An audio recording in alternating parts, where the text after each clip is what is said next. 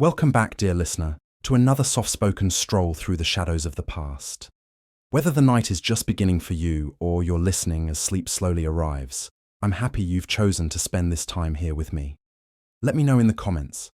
Are you listening from somewhere far and quiet, or in the heart of a busy city winding down? And if these calming explorations bring a sense of rest, please consider subscribing. There are countless more voices from the past still waiting to be heard. This isn't just another tale of Roman decadence. This is the story of a woman who wielded influence over the most powerful man on earth, who challenged every social boundary of her time, and whose downfall would echo through history as one of the most dramatic political scandals ever recorded. By the end of this journey, you'll understand not just who Messalina was, but how her choices rippled through the empire, ultimately sealing her fate in ways that still captivate historians today. But before we unravel this web of passion and politics, let me share something that might surprise you. Modern historians have spent decades trying to separate fact from fiction in Messalina's story, because the accounts we have were written by men who lived in a society that both feared and despised powerful women. What we're about to explore isn't just Messalina's story. It's a window into how history itself can become a battleground between truth and propaganda. I'm going to take you through 5 pivotal moments that defined Messalina's rise and fall, each more shocking than the last. We'll explore her calculated ascent to power, her scandalous public behavior that horrified Roman society, her political maneuvering that threatened senators and freedmen alike, her ultimate act of defiance that crossed every line, and finally, the brutal retribution that ended her life at just 20 years old.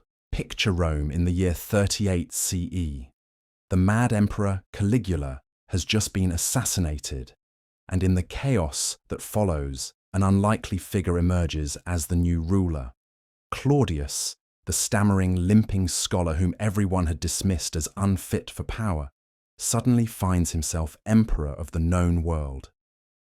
He's 50 years old, unmarried since his divorce, and desperately in need of legitimacy.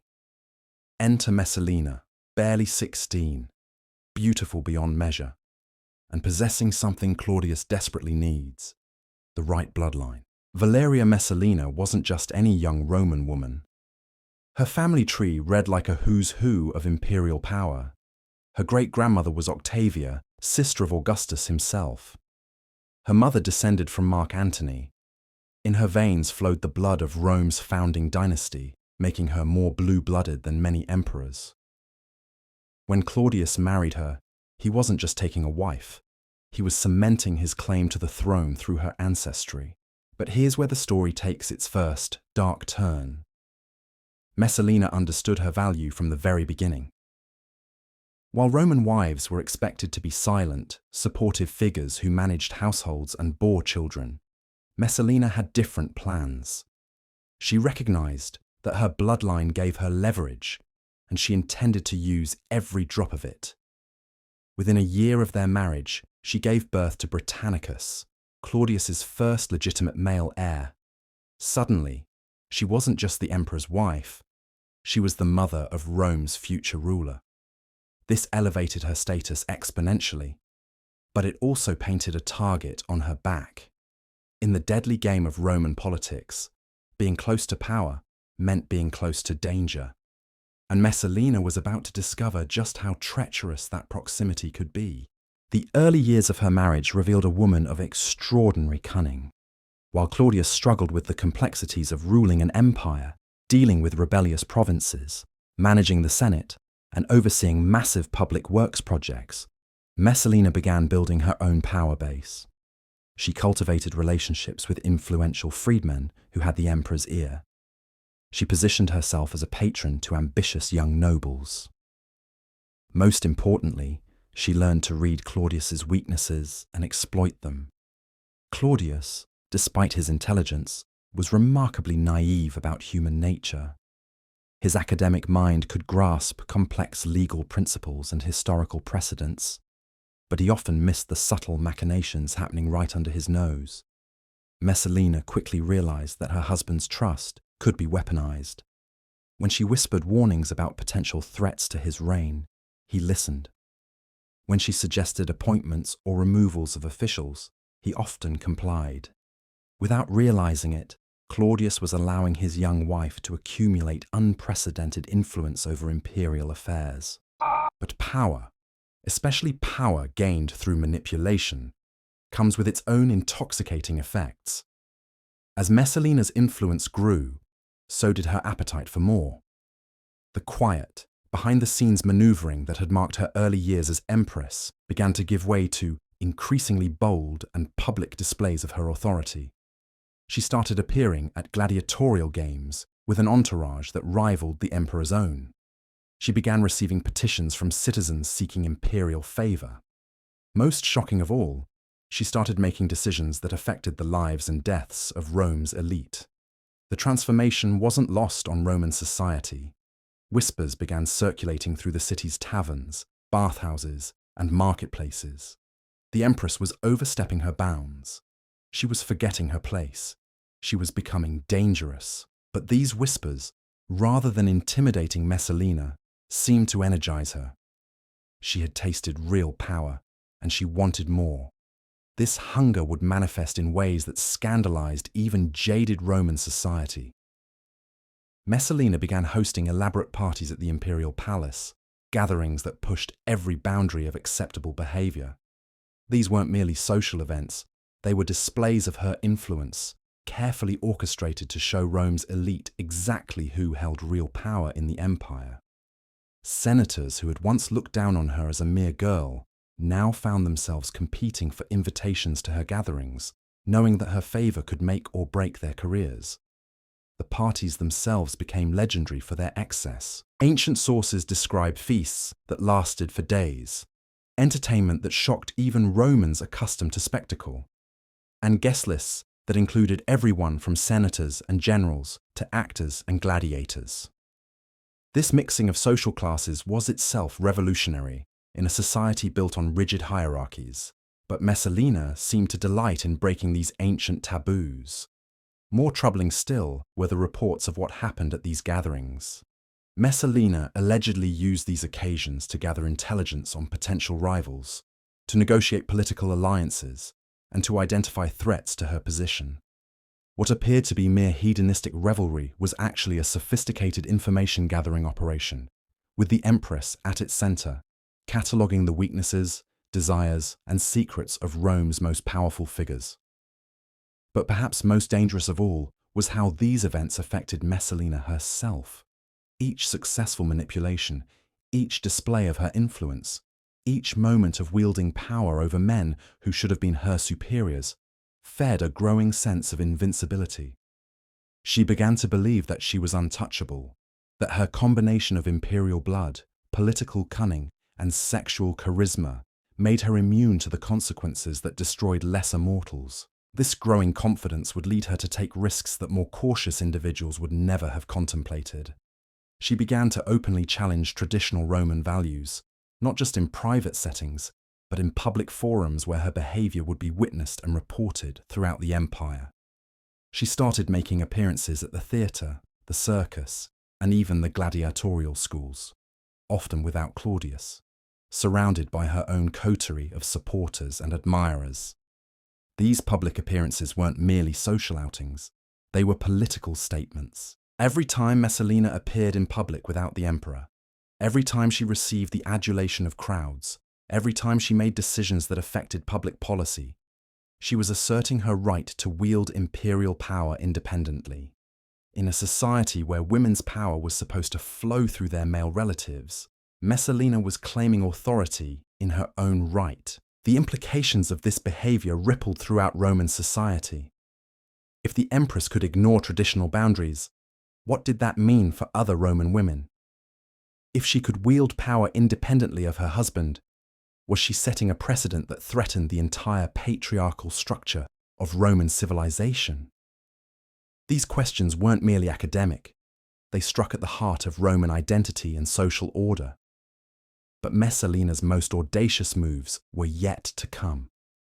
As her confidence grew, so did her willingness to eliminate anyone who threatened her position, or questioned her authority. What started as political maneuvering would soon escalate into something far more sinister, setting the stage for a series of events that would shock even the blood-soaked annals of Roman history. The transformation from ambitious young empress to something approaching a reign of terror didn't happen overnight. It was a gradual process, marked by increasingly bold moves that tested the boundaries of what even an emperor's wife could get away with. Each successful gambit emboldened her for the next, creating a dangerous cycle of escalation that would ultimately prove impossible to control. As we prepare to delve deeper into this extraordinary story, remember that we're not just exploring the life of one remarkable woman. We're examining the nature of power itself, how it corrupts, how it intoxicates, and how it ultimately destroys those who wield it without wisdom or restraint. Messalina's story is a mirror held up to every age, reflecting timeless truths about ambition, desire, and the deadly consequences of believing that rules don't apply to us. Now comes the blood. Because once Messalina had tasted the intoxicating rush of bending Rome's most powerful men to her will, once she had proven that her beauty and bloodline could open any door, close any mouth, or seal any fate, the logical next step wasn't restraint. It was elimination. The first to fall was Marcus Vinicius, a senator whose only crime was possessing something Messalina wanted: his wife.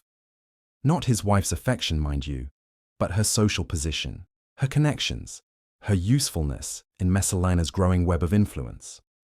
When Vinicius proved resistant to Messalina's subtle suggestions that he divorce his spouse for the good of the empire, he found himself accused of treason. The evidence was thin, manufactured, almost laughably transparent to anyone who cared to look closely. But who was going to challenge the Empress? Who was going to risk their own neck by questioning her judgment? Claudius signed the death warrant without hesitation. His trust in his young wife had become absolute, dangerous in its completeness. When Messalina whispered that Vinicius posed a threat to their son Britannicus, when she painted pictures of conspiracy and rebellion, the Empress saw only a loving mother protecting their family's future. The reality that his wife was systematically removing anyone who might limit her power never crossed his scholarly mind. Vinicius died quietly, efficiently, as enemies of the state were meant to die. His widow, suddenly available and grateful for Messalina's protection, became a valuable addition to the Empress's inner circle. The message to Rome's elite was unmistakable. Cooperation would be rewarded, resistance would be eliminated. But here's what made Messalina truly terrifying. She didn't stop at political enemies. She began targeting anyone who possessed something she coveted, anyone who had slighted her, anyone whose very existence reminded her that she wasn't yet untouchable. Asiaticus, one of Rome's wealthiest men, owned gardens that Messalina admired. His reluctance to sell them to her at the price she offered sealed his fate. Accusations of corruption followed, then a trial, then execution. The gardens became part of the imperial estate. Julia Livilla, Caligula's sister, and a woman whose imperial bloodline rivaled Messalina's own, represented a different kind of threat.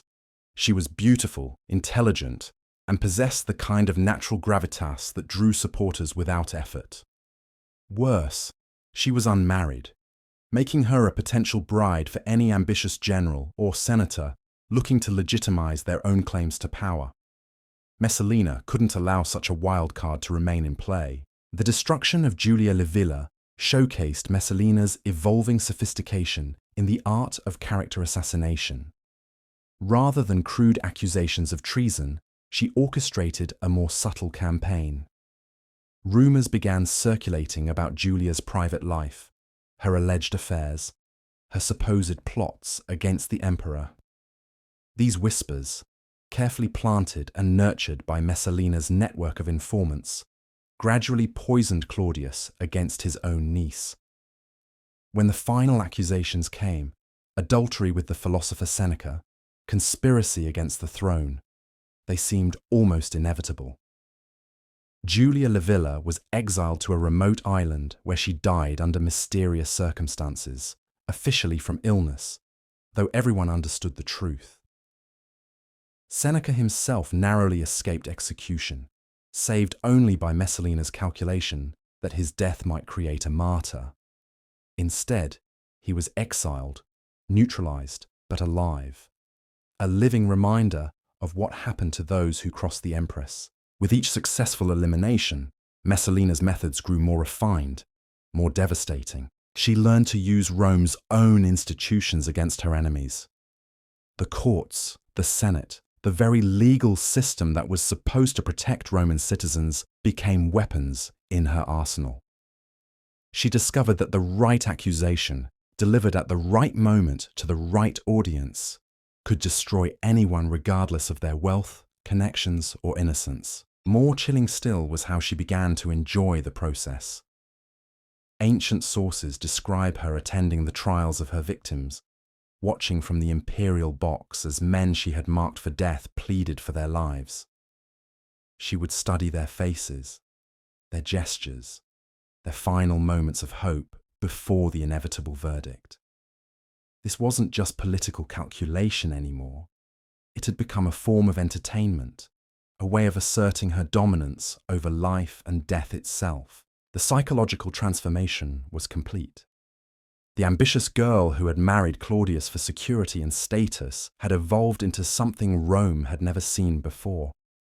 A woman who wielded imperial power, not through influence or manipulation, but through fear. Senators began to watch their words around her. Wealthy citizens started making discreet gifts to curry her favor. Even the Praetorian Guard, sworn to protect the imperial family, began to treat her with the wary respect usually reserved for the emperor himself. But power built on terror has its own unstable foundation. Each execution, each exile, each demonstration of her reach created new enemies, even as it silenced existing ones. The families of her victims didn't forget. The friends of the dead didn't forgive. Most dangerous of all, the very institutions she was using to eliminate her enemies were beginning to understand how thoroughly they had been compromised. Narcissus, Claudius's most trusted freedman and secretary, was the first to recognize the true scope of what was happening. As the man responsible for managing the emperor's correspondence and appointments, he could see patterns that others missed. The steady stream of accusations flowing through Messalina's network, the convenient timing of deaths and exiles, the systematic removal of anyone who might pose even a theoretical threat to the Empress's growing power. Narcissus faced an impossible choice. Confronting Messalina directly would be suicide. She had already demonstrated her ability to destroy far more powerful enemies, but allowing her to continue unchecked threatened not just individual lives, but the stability of the empire itself. If the emperor's wife could eliminate senators and nobles at will, if she could manipulate the legal system with impunity, if she could rule through terror while Claudius remained oblivious, then Rome itself was in mortal danger. The solution, when it came to him, was elegant in its simplicity.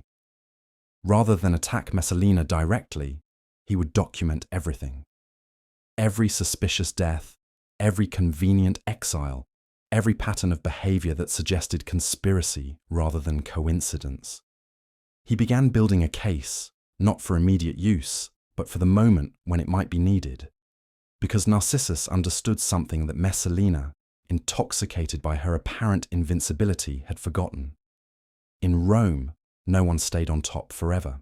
Meanwhile, the Empress continued her deadly games, unaware that her most dangerous enemy wasn't a rival woman or a jealous senator, but a quiet freedman who understood the power of information. She had grown so confident in her ability to eliminate threats that she had stopped looking for them in unexpected places. This blindness to gathering danger would prove to be her first critical mistake. But even as Narcissus quietly gathered evidence, Messalina was preparing for her most audacious move yet. Having conquered the world of Roman politics through fear and manipulation, having bent senators and nobles to her will, Having turned the imperial court into her personal kingdom, she was ready to claim something that no Roman woman had ever dared to pursue: actual political office, real governmental power exercised in her own name rather than through her husband. The precedent she was contemplating would have shocked Augustus himself. Roman women, no matter how noble their birth or how vast their wealth, were forbidden from holding magistracies, commanding armies, or exercising formal political authority. They could influence policy through their male relatives, but they could never rule directly. Messalina was about to challenge this fundamental law of Roman civilization. Her target was the consulship itself, the highest elected office in the Roman state. True, the consulship under the empire was largely ceremonial, with real power concentrated in the emperor's hands, but it retained enormous symbolic importance. The consuls were the heirs of the men who had founded the Republic, the successors to Brutus, and the other heroes who had expelled the last king. For a woman to claim such an office would be revolutionary, unprecedented, and utterly unthinkable to traditional Roman minds. Yet, Messalina began to lay the groundwork with characteristic cunning. She started by suggesting that certain consulships should be reserved for members of the imperial family, ostensibly to honor their service to the state. She proposed that the emperor's relatives should be given precedence in elections, ensuring that only the most loyal candidates could hold high office. These suggestions, presented as reforms to strengthen imperial authority, actually served to normalize the idea that birth and family connection, rather than merit or popular support, should determine who held power. The next step was more subtle still. She began appearing at Senate meetings, initially just as an observer, sitting in the section reserved for imperial family members. Her presence was unusual, but not unprecedented. Other Empress had occasionally attended important sessions, but gradually her role evolved. She started whispering suggestions to senators during debates. She began nodding approval or showing displeasure at particular proposals. Most significantly, she started making it clear which candidates she supported for various offices. These interventions had immediate effects. Senators who had ignored her preferences found themselves facing unexpected legal challenges. Candidates who courted her favor discovered that their campaigns ran more smoothly, their opponents withdrew more readily, their victories came more easily.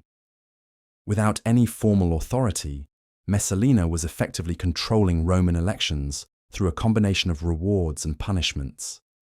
But informal influence, no matter how extensive, wasn't enough anymore. She wanted recognition, official acknowledgement of the power she already wielded. She wanted her name on laws, her image on coins, her authority codified in Roman legal tradition. She wanted to stop ruling from the shadows and step into the blazing light of acknowledged supremacy. This ambition would lead her into territory so dangerous, so unprecedented, so shocking to Roman sensibilities, that even her most loyal supporters would begin to question their allegiance. Because what Messalina was contemplating wasn't just political advancement. It was a complete overthrow of the social order that had defined Roman civilization for centuries. The stage was set for a confrontation that would determine not just Messalina's fate, but the future of imperial Rome itself. The moment arrived when patience became impossible for Messalina. Her hunger for recognition had grown beyond whispered influence and shadow manipulation. She craved something that would cement her name in Roman law, Roman tradition, Roman memory forever. The consulship beckoned like a glittering prize, but even that seemed insufficient for someone who had already tasted the intoxicating rush of absolute power over life and death. What she devised next would have been unthinkable to any previous generation of Romans. If she couldn't claim formal political office immediately, she would create her own sphere of authority, her own court within the court, her own government operating parallel to her husband's. She began holding what she called consultations in her private quarters, inviting senators, governors, and military commanders to seek her counsel on matters of state. These weren't casual conversations between an interested wife and her husband's subordinates.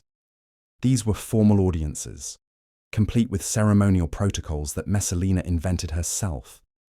Visitors were required to request appointments through her personal secretary. They waited in antechambers decorated with her portrait alongside images of the gods.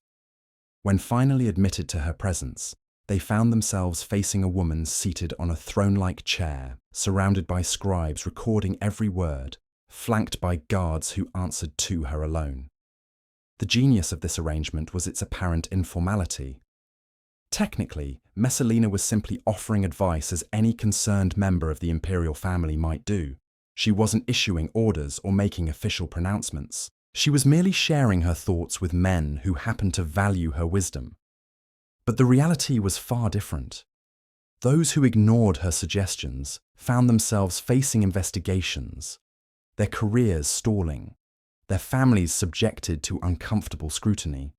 Those who implemented her recommendations discovered opportunities opening before them, promotions materializing, obstacles mysteriously vanishing. Within months, half of Rome's governing class was effectively reporting to Messalina before they reported to Claudius. Provincial governors would send duplicate dispatches, one to the emperor and another to his wife. Military commanders would seek her approval before implementing new strategies. Even foreign ambassadors began requesting audiences with the Empress, recognizing that her favor might prove more valuable than official diplomatic protocols. The transformation was breathtaking in its scope and terrifying in its implications.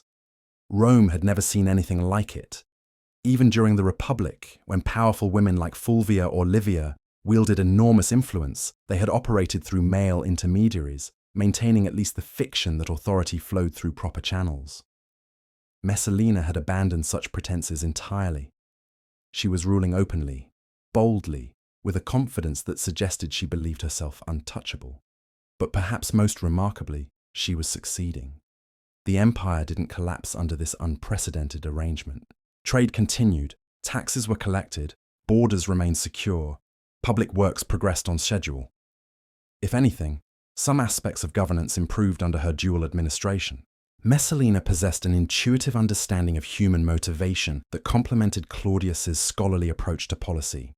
Where he might spend weeks researching historical precedents for a decision, she could cut through complexity with ruthless pragmatism. Her success, however, created new dangers. Every effective decision she made, every crisis she resolved, every problem she solved more efficiently than traditional channels might have managed, served as evidence that a woman could govern as well as any man. This was revolutionary thinking in a society built on the assumption of male superiority in all matters of public importance. Conservative senators began to whisper among themselves about the dangerous precedent being set. If Claudius's wife could effectively co-rule the empire, what did that mean for their own wives, daughters, and sisters? Were they witnessing the beginning of a new age where women might claim political equality? Or were they seeing an aberration that needed to be corrected before it spread? These concerns might have remained mere grumbling if Messalina had been content to exercise power quietly, efficiently, without drawing unnecessary attention to herself. But contentment had never been part of her nature. Having proven that she could govern effectively, she now wanted recognition for her achievements. She wanted historians to record her contributions. She wanted poets to celebrate her wisdom. She wanted temples erected in her honor, not just as the emperor's wife or the mother of his heir, but as a ruler in her own right. This desire for recognition led her to commission a series of public monuments that would commemorate her role in various imperial achievements. The completion of the Claudian Aqueduct, one of Rome's greatest engineering marvels, was marked by inscriptions that mentioned her contributions alongside those of the emperor. New roads built during Claudius's reign bore markers acknowledging her involvement in their planning. Even military victories were celebrated with monuments that credited her strategic insights. To Roman eyes, accustomed to seeing women's names appear in public only as wives, mothers, or daughters of important men, these inscriptions were shocking. Here was a woman claiming credit for achievements typically attributed solely to male rulers. Here was someone asserting that her contributions to the empire deserved permanent recognition, that future generations should remember her not just as Claudius's wife, but as a partner in governance. The psychological effect on Messalina herself was intoxicating. Seeing her name carved in marble, reading poetry that praised her wisdom, hearing crowds cheer when she appeared at public ceremonies, all of this fed a growing sense that she had transcended the normal limitations of her gender and her time. She began to believe that she was creating a new model of female leadership that would inspire women for generations to come. But inspiration can be dangerous when it challenges fundamental social structures. Reports began reaching Rome from the provinces of women, citing Messalina's example to claim greater authority in their own communities. Wives of governors started attending official meetings. Daughters of wealthy merchants began demanding roles in family businesses previously reserved for men. Even among the common people, women started questioning traditional limitations on their activities and ambitions. This social upheaval terrified Rome's male elite more than any military threat or economic crisis. They could understand and respond to conventional challenges, rebellious provinces, barbarian invasions, natural disasters, but a challenge to the basic assumptions about gender roles and social hierarchy struck at the very foundation of their worldview. If women could rule as effectively as men, if traditional limitations were revealed as arbitrary conventions rather than natural law, then what other assumptions might prove equally fragile? The backlash, when it came, would be swift and merciless. But Messalina, intoxicated by her apparent success, blinded by the adulation of her supporters, drunk on the unprecedented power she wielded, failed to recognize the growing storm. She had become so accustomed to bending others to her will that she had forgotten a crucial truth about power. It always creates enemies, and those enemies never stop looking for opportunities to strike back. Narcissus, still quietly documenting every excess, every overreach, every dangerous precedent, watched the Empress's growing boldness with calculating patience. He understood that Messalina's very success was creating the conditions for her destruction. Each public monument, each inscription bearing her name, each assertion of authority beyond traditional bounds was providing ammunition for her eventual downfall. The freedman had learned something that Messalina, for all her cunning, had never grasped. In Rome, visibility was vulnerability. The shadows that she had abandoned in her quest for recognition had also provided protection. By stepping into the blazing light of public acknowledgement, she had made herself a target for every enemy, every rival, every traditionalist who yearned for a return to familiar hierarchies. But Messalina's most dangerous enemy wasn't among the senators whispering in dark corners, or the conservatives plotting her downfall. It was her own insatiable appetite for more. Having achieved the impossible, effective co-rule of the Roman Empire, she couldn't resist pushing further, reaching for prizes that would prove beyond even her remarkable abilities to claim safely. The consulship still beckoned, that ultimate symbol of Roman political achievement. Military command called to her, the chance to lead legions in her own name rather than through intermediaries. Even more intoxicating was the possibility of religious authority, of claiming the kind of divine sanction that might make her position truly unassailable. Each of these ambitions represented not just personal advancement, but a fundamental challenge to Roman civilization itself. The consulship had never been held by a woman in 800 years of Roman history. Military command was considered inherently masculine, requiring physical courage and tactical skills that society deemed beyond female capabilities. Religious authority for women was limited to specific cults and ceremonies, never extending to the broad spiritual leadership that emperors claimed.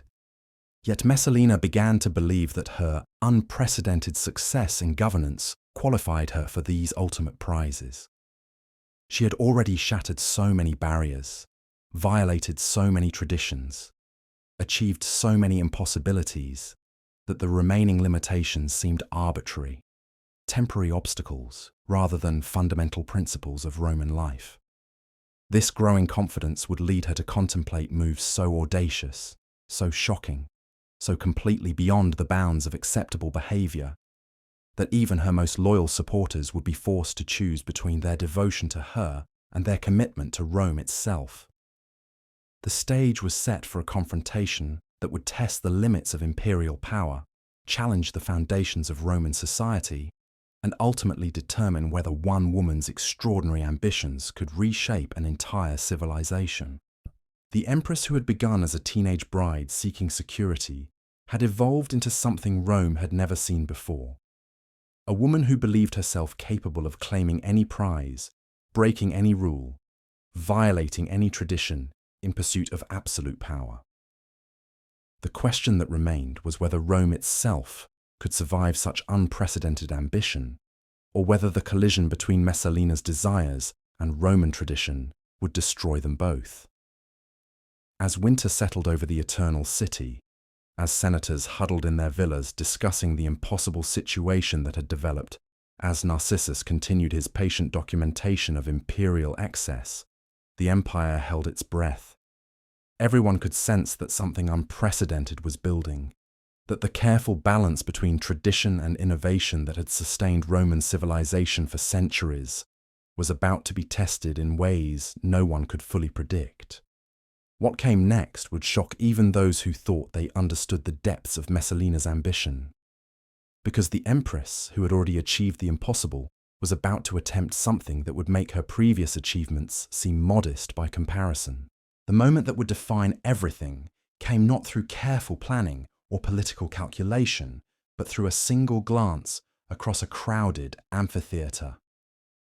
Gaius Silius, the most handsome man in Rome, caught Messalina's eye during the gladiatorial games celebrating Claudius's triumph in Britain. He was everything the emperor wasn't: young, athletic, devastatingly beautiful, with the kind of magnetic presence that made crowds turn to stare when he entered a room. But Silius represented far more than mere physical attraction. He was a senator from an ancient patrician family, a man whose bloodline stretched back to the earliest days of the Republic. His grandfather had been a consul, his father a respected general who had died fighting Germanic tribes. In choosing him, Messalina wasn't just selecting a lover, she was claiming the very essence of Roman nobility for herself. The seduction began immediately. Within days of that first meeting, Silius found himself receiving invitations to private dinners at the palace. Messalina deployed every weapon in her considerable arsenal: her beauty, her wit, her power, her promises of advancement. She spoke to him of poetry and philosophy, subjects that revealed an intelligence far beyond what most men expected from even an educated woman. She listened to his political opinions with the kind of focused attention that made him feel like the most important person in the empire. Most intoxicating of all, she shared with him glimpses of the real power she wielded. She showed him correspondence from provincial governors seeking her guidance. She let him witness her private audiences with senators and military commanders. She made him understand that he wasn't just courting the emperor's wife, he was being invited into partnership with the most influential woman in the known world. Silius, despite his noble birth and political experience, was completely unprepared for this level of seduction. Roman women of his acquaintance were either dutiful wives focused on household management or courtesans skilled in physical pleasure, but lacking in political sophistication. Messalina represented something entirely new, a woman who combined devastating sensuality with genuine intellectual engagement and unprecedented political power.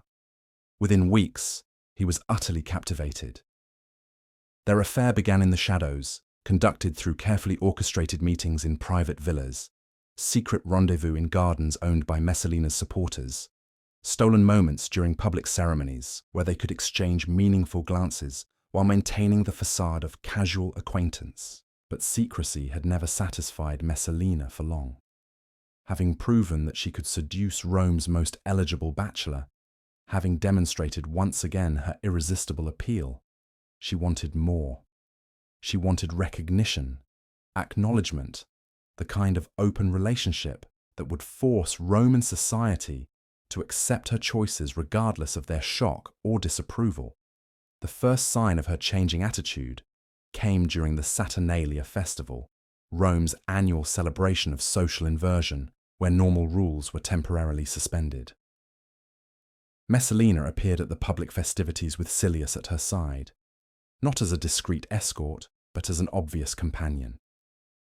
They shared wine from the same cup, laughed at each other's jokes, exchanged touches that left no doubt about the nature of their relationship. The reaction was immediate and electric. Romans who had grown accustomed to their empress's unconventional behavior found themselves confronted with something that crossed entirely new lines. Adultery among the elite was common enough, but it was conducted discreetly, with at least a pretense of maintaining proper appearances. Open adultery, flaunted publicly by the emperor's wife, was unprecedented and deeply shocking, but the public display served Messalina's purposes perfectly.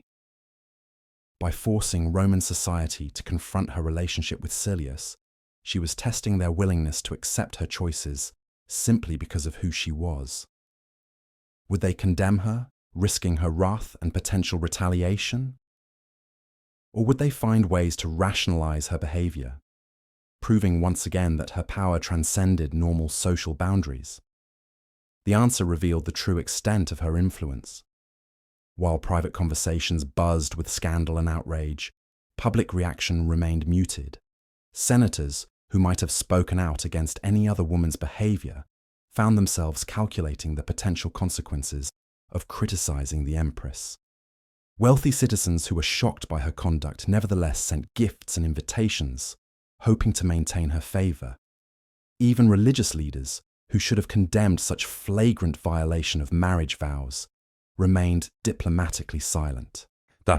This acquiescence intoxicated Messalina beyond measure.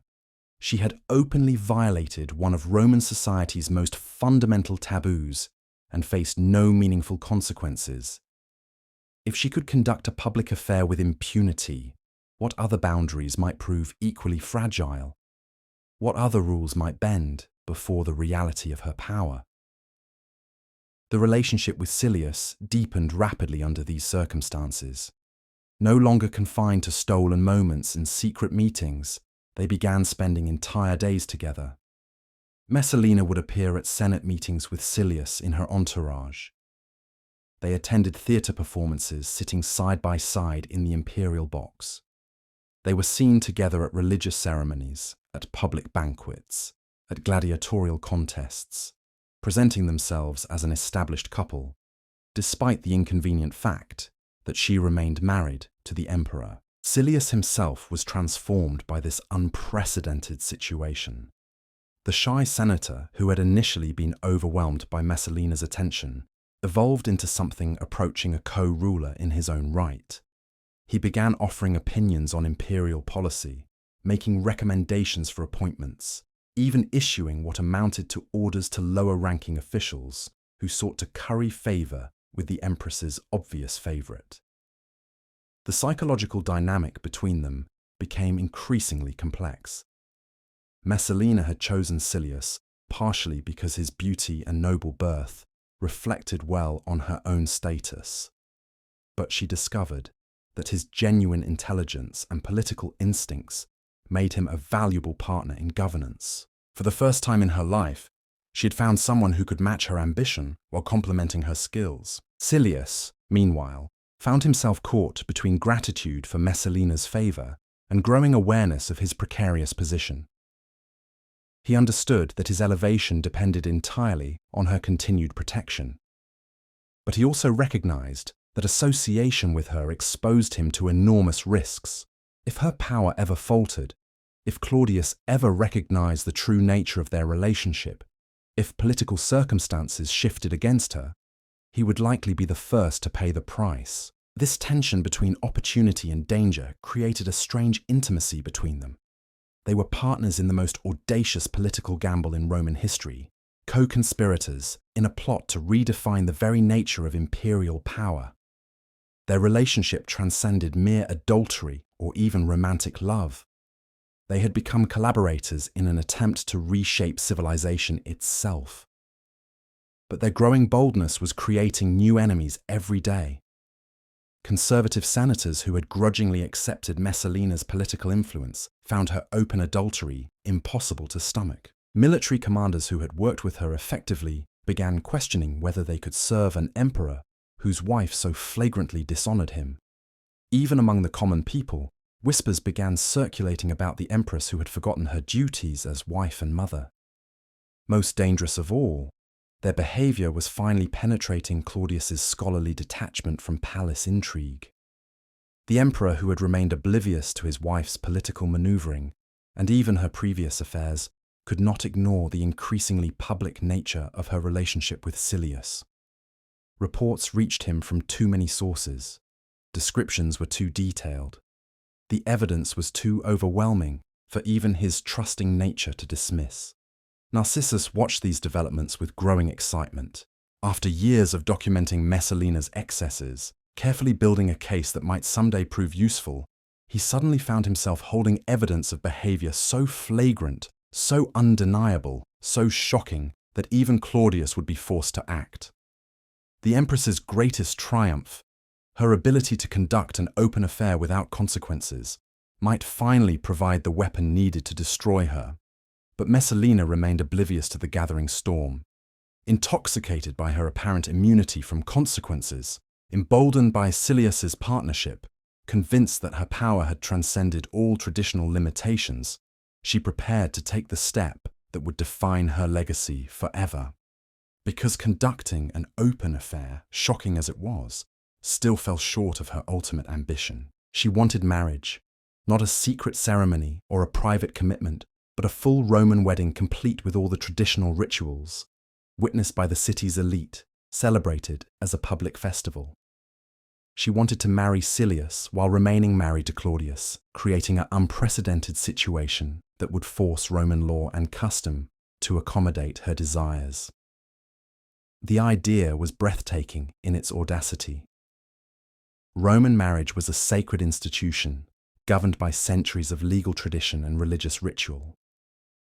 Bigamy was not merely illegal. It was considered an offense against the gods themselves, a violation of divine law that threatened the entire cosmic order. For the emperor's wife to commit such an act would be revolutionary beyond measure. Yet Messalina began planning exactly such a ceremony. She consulted with priests about the necessary rituals, commissioned artists to design decorations, sent invitations to Rome's most important families. She approached the project with the same methodical precision she had applied to her political machinations, treating the impossibility of her goals as merely another obstacle to overcome through careful planning and ruthless execution. Silius initially resisted the idea, understanding better than Messalina the enormous risks involved. An affair, even a public one, might be overlooked or rationalized by a trusting husband. But a wedding ceremony would be impossible to ignore or explain away. It would force a direct confrontation with Claudius, create a crisis that could only end in triumph or total destruction. But Messalina's powers of persuasion proved irresistible. She painted pictures of the life they could build together, ruling Rome as true partners rather than hiding in shadows. She described the precedent they would set for future generations, showing that love and political compatibility mattered more than outdated customs. Most compelling of all, she argued that their marriage would legitimize their relationship in the eyes of the gods, transforming what critics called adultery into a sacred union, blessed by divine authority. Under this relentless campaign, Silius's resistance crumbled. His love for Messalina, combined with his growing ambition and his genuine belief in their partnership, overcame his political caution. He agreed to the wedding, sealing his fate and hers in a decision that would echo through Roman history for centuries. The preparations began immediately. Messalina chose a date when Claudius would be away from Rome, visiting the port of Ostia to oversee grain shipments from Egypt. She selected a villa outside the city walls, beautiful and private, but large enough to accommodate the hundreds of guests she planned to invite. She commissioned musicians, dancers, and actors to provide entertainment worthy of an imperial celebration. Most importantly, she began the delicate process of explaining to Rome's elite why they should attend this impossible ceremony. She framed it as a celebration of love transcending conventional boundaries, a demonstration that the imperial family was strong enough to embrace new forms of relationship. She suggested that their presence would mark them as progressive thinkers, allies in creating a more enlightened form of Roman civilization. The responses revealed the true extent of her influence. Despite the shocking nature of what she proposed, despite the obvious legal and religious problems, despite the enormous risks involved in attending such a ceremony, the invitations were largely accepted. Senators who should have refused outright found themselves calculating the political costs of absence. Wealthy citizens who were privately appalled by the idea nevertheless prepared their finest clothes and most expensive gifts. Even more remarkably, Messalina found priests willing to perform the ceremony. Not minor clerics seeking advancement, but respected religious authorities who convinced themselves that the Empress's unprecedented position justified unprecedented accommodations. They developed elaborate theological arguments explaining why her marriage to Silius would actually strengthen rather than weaken the divine foundations of Roman society. As the wedding date approached, excitement built throughout the city. This wasn't just a social event, it was a moment of historical significance, a test of whether Roman civilization could adapt to embrace entirely new possibilities. Those invited felt themselves participants in something revolutionary, witnesses to the birth of a new age where traditional limitations no longer applied to those with sufficient power and vision. But in Ostia, as Claudius supervised the mundane business of imperial administration, troubling reports began reaching his ears. Whispers about unusual preparations at a villa outside Rome. Strange conversations about wedding ceremonies and religious innovations. Most disturbing of all, suggestions that his wife was planning something that would require his immediate attention upon his return. Narcissus, who had accompanied the emperor to Ostia, finally saw his moment arriving. The evidence he had so carefully compiled, the documentation of years of excess and overreach, the proof of Messalina's systematic violation of every boundary, all of it would soon be needed. Because the Empress who believed herself untouchable was about to discover that even her extraordinary power had limits, and that some lines could not be crossed without consequences that no amount of influence could prevent. The wedding that Messalina envisioned as her ultimate triumph would instead become the catalyst for her destruction. The ceremony she planned as a celebration of transcendent love would transform into the stage for a confrontation that would determine not just her fate, but the future direction of the Roman Empire itself. As autumn winds swept across the Seven Hills, as preparations for an impossible wedding reached their climax, as the emperor in Ostia began to understand the true magnitude of what awaited him in Rome, the ancient city held its breath. Everyone sensed that they stood at a crossroads, that the choices made in the coming days would echo through history, determining whether the unprecedented ambitions of one extraordinary woman would reshape civilization, or whether the weight of tradition would crush even the most remarkable individual who dared to challenge it. The stage was set for a confrontation that would test every assumption about power, gender, tradition, and change in the ancient world.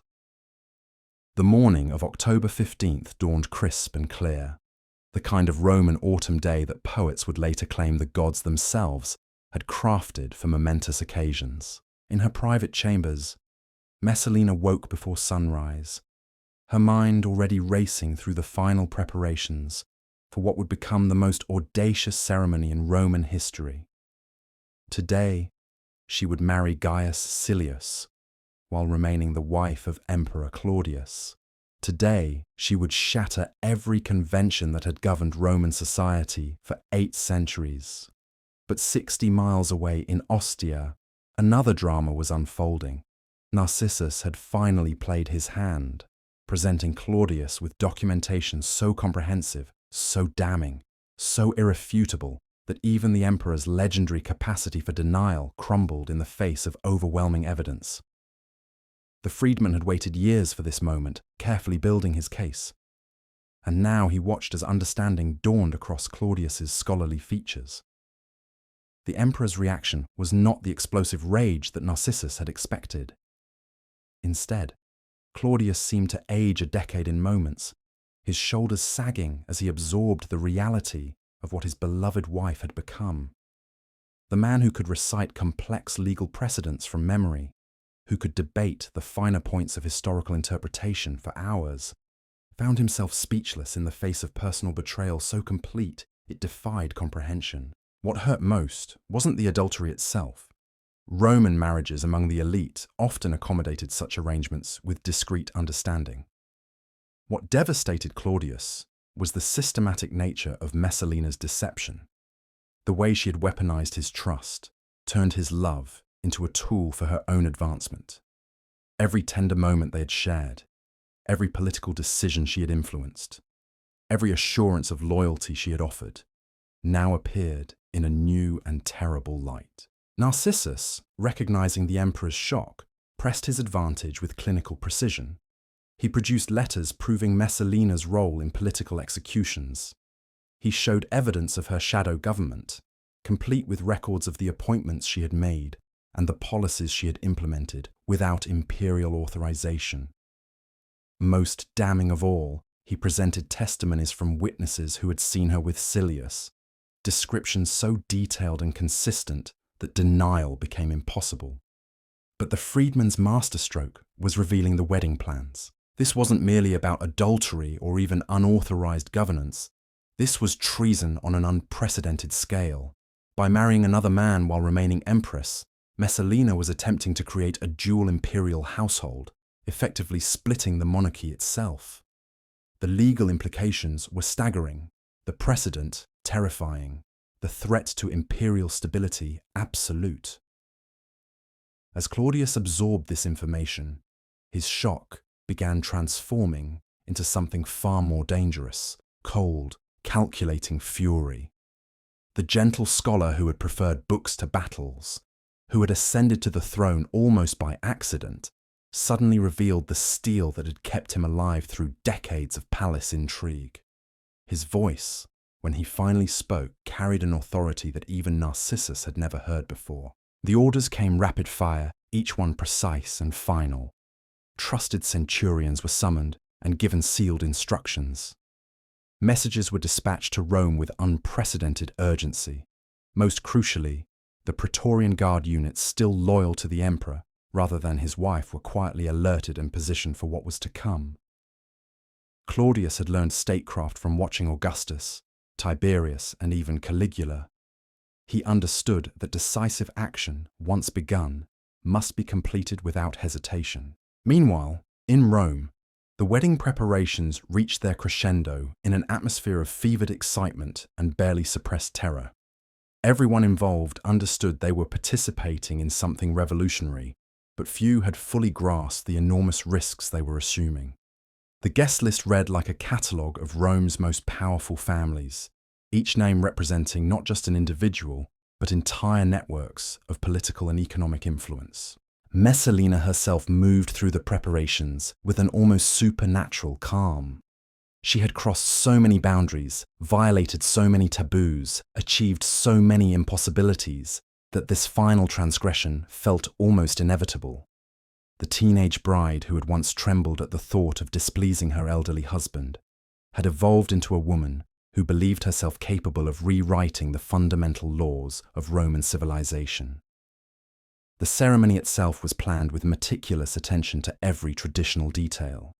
Messalina would wear the flame-colored veil of a Roman bride, carry the ritual torch, speak the ancient vows that had sanctified marriages for generations beyond memory. The irony was deliberate. By conducting the most transgressive act in Roman history through the most traditional forms, she was forcing society to confront the arbitrary nature of its own rules. Silius, resplendent in senatorial white bordered with purple, had overcome his final reservations. Standing beside Messalina as she reviewed the final arrangements, he seemed transformed by the magnitude of what they were attempting. This wasn't just a wedding, it was a revolution disguised as a celebration, a complete overthrow of established order presented as a festival of love. The guests began arriving at the villa before noon, each entrance carefully choreographed to demonstrate the breadth of support for this unprecedented union. Senators came with their wives and children, making the gathering a family affair that suggested normalcy and acceptance.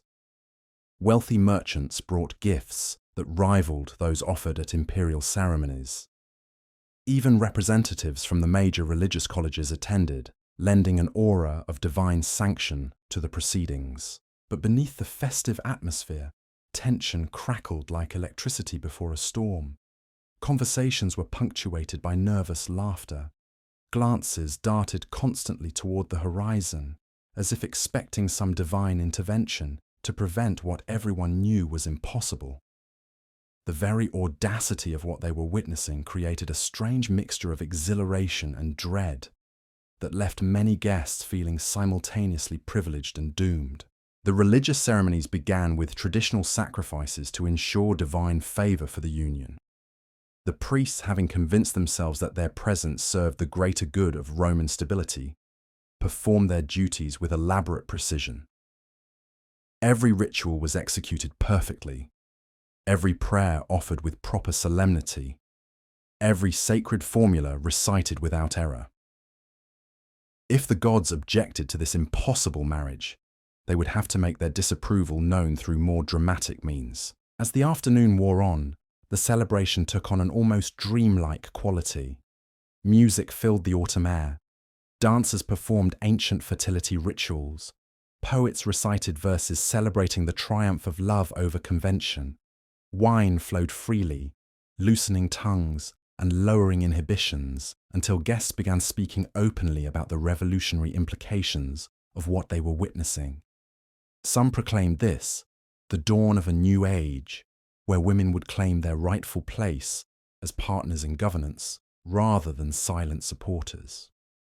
Others argued that Messalina's example would inspire similar transformations throughout the empire, creating a more enlightened form of Roman civilization. A few whispered that they were witnessing the birth of a dynasty that would combine the best elements of imperial authority with the passion and intelligence of its most remarkable empress.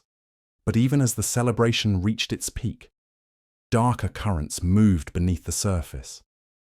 Servants brought whispered reports from the city that made the more politically astute guests uneasy. There were rumors of unusual military movements, suggestions that certain Praetorian units had been placed on alert, hints that messages had been sent to Ostia with unprecedented urgency. The most experienced courtiers began making discreet inquiries about alternate routes home, just in case the festivities ended more abruptly than planned. Messalina herself seemed oblivious to these undercurrents of concern. She moved through the gathering like a queen holding court, accepting congratulations and praise with the gracious confidence of someone whose victory was complete and unassailable. When guests approached with barely concealed anxiety to ask about potential consequences, she laughed off their concerns with assurances that her position was unshakable, her influence absolute. The actual wedding ceremony began as the sun started its descent toward the western hills, bathing the villa in golden light that seemed almost divine in its beauty. Messalina and Silius stood before the assembled crowd, surrounded by flowers and incense, flanked by musicians, a platform that allow and dancers elevated on everyone to witness this unprecedented moment in Roman history. The priest's voice carried clearly across the grounds as he began the ancient formula that had united Roman couples since the earliest days of the Republic. The words were familiar, sacred, unchanged by centuries of repetition, yet spoken now in circumstances so extraordinary that they seemed to acquire entirely new meaning. When he asked if the bride came willingly to this union, Messalina's response rang out with such conviction that several guests gasped at the implications. The exchange of vows followed traditional patterns that everyone present had witnessed countless times before, but the context transformed even the most conventional phrases into revolutionary statements. When Silius promised to cherish and protect his bride, he was essentially claiming authority over the emperor's wife. When Messalina vowed to honor and obey her new husband, she was publicly transferring loyalties that should have belonged exclusively to Claudius. The moment of greatest audacity came when the couple shared the ritual cake, symbolizing their union in the eyes of gods and mortals alike. This simple act, performed at countless Roman weddings throughout history, now represented the most direct challenge to imperial authority ever attempted. By accepting cake from Silius's hand, Messalina was formally acknowledging him as her husband, while remaining legally married to the emperor. The guests erupted in cheers and applause that could be heard for miles around Rome. This wasn't merely enthusiasm for the couple's happiness, it was celebration of their own participation in history, their presence at the moment when Roman civilization proved flexible enough to embrace revolutionary change. They had witnessed the impossible and emerged not as criminals, but as pioneers of a new age. But even as the celebration reached its crescendo, riders were already thundering along the coastal road from Ostia, carrying orders that would transform triumph into tragedy within hours. Claudius, having overcome his initial shock, was moving with the decisive authority of a man who understood that hesitation meant death. His own or his wife's, but certainly one of them. The emperor's response revealed strategic thinking that surprised even Narcissus. Rather than rushing back to Rome in visible fury, Claudius maintained the pretense of normal business while his agents moved into position. He understood that open confrontation with Messalina on equal terms might result in civil war, given her extensive network of supporters and the genuine affection many Romans felt for her. Instead, he chose to strike when she was most vulnerable, at the moment of her greatest triumph, surrounded by witnesses to her transgression, caught in an act so flagrant that even her most loyal supporters would find it impossible to defend. The wedding she intended as proof of her invincibility would become evidence for her prosecution. The guests she gathered as supporters would transform into witnesses for her condemnation. The trap was sprung with military precision, as sunset painted the Roman hills in shades of gold and crimson. As the wedding feast reached new heights of celebration, as Messalina and Silius basked in the adulation of their guests, Praetorian forces surrounded the villa with silent efficiency. The party continued for precious minutes more, unaware that their world was about to collapse around them. The first sign of trouble came when servants began disappearing from their duties, called away by urgent messages they couldn't explain. Then musicians stopped playing mid-song, distracted by sounds from outside that didn't belong to any celebration. Finally, a guest near the villa's entrance noticed armed figures moving through the gardens with the purposeful stride of men carrying out official orders. The transformation from celebration to catastrophe happened with breathtaking speed. One moment, the assembled crowd was toasting the success of the most audacious wedding in Roman history. The next, they found themselves facing Praetorian centurions whose presence could mean only one thing.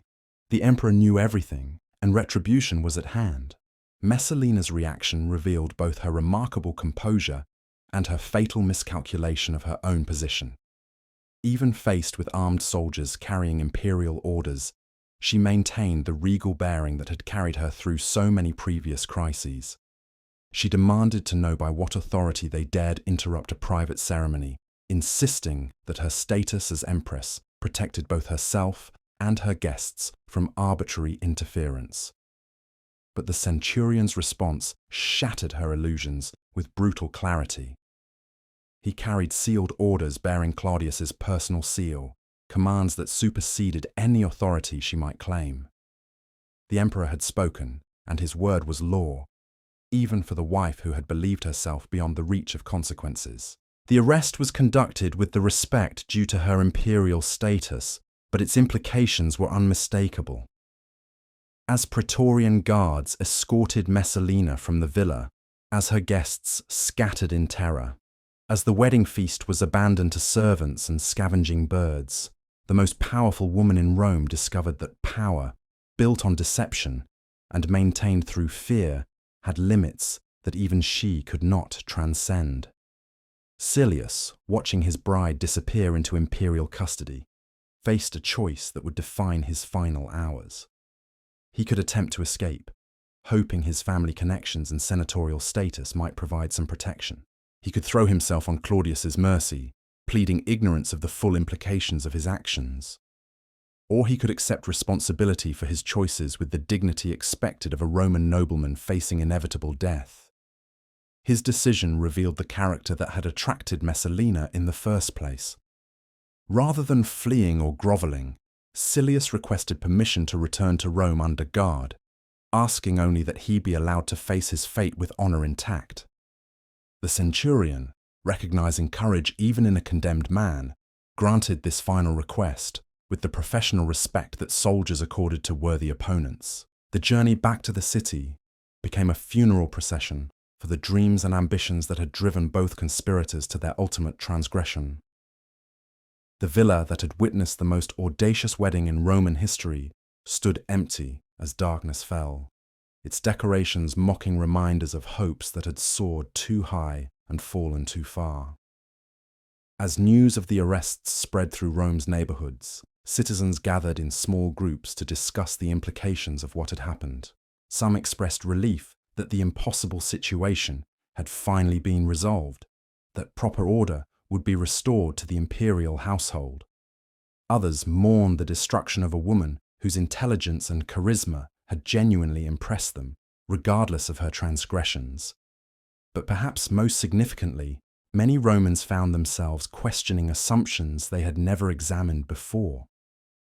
If someone as powerful as Messalina could fall so completely, what did that say about the nature of authority itself? If traditions could be violated so flagrantly, yet ultimately reassert themselves with deadly force, what was the true relationship between innovation and stability in their civilization? These questions would outlive both Messalina and her accusers, becoming part of the intellectual legacy of an empire that constantly struggled to balance respect for tradition with the need for adaptation. The wedding that was meant to celebrate the triumph of individual will over social convention had instead demonstrated the enormous cost of challenging fundamental structures without sufficient support or careful planning. In his residence near the Forum, Narcissus allowed himself a moment of satisfaction as he received confirmation that both primary conspirators were in custody. Years of patient documentation, careful investigation, and strategic waiting had finally yielded the decisive moment he had long anticipated. But even in triumph, Messalina was only the beginning of a larger. The freedman understood that removing challenge, the network of supporters, collaborators, and beneficiaries that the Empress had built over her years in power remained largely intact. Her execution would eliminate the central figure, but not the system of relationships and obligations she had created. Cleaning up the political aftermath of her reign would require the same methodical approach that had brought about her downfall, the same careful attention to detail that had made her destruction possible. More immediately, there was the question of how to handle the hundreds of wedding guests who had witnessed and participated in the treasonous ceremony. Many were among Rome's most prominent citizens, people whose destruction would destabilize the very foundations of imperial society. Yet their presence at the wedding made them complicit in Messalina's ultimate transgression, creating a legal and political dilemma that would test Claudius's judgment and mercy. The emperor himself, still traveling back to Rome through the autumn night, grappled with emotions and decisions that would have challenged any leader. The personal betrayal cut deep, but the political implications demanded responses that transcended private hurt. He had acted decisively to prevent immediate catastrophe, but the harder task of rebuilding trust and stability in the imperial system still lay ahead.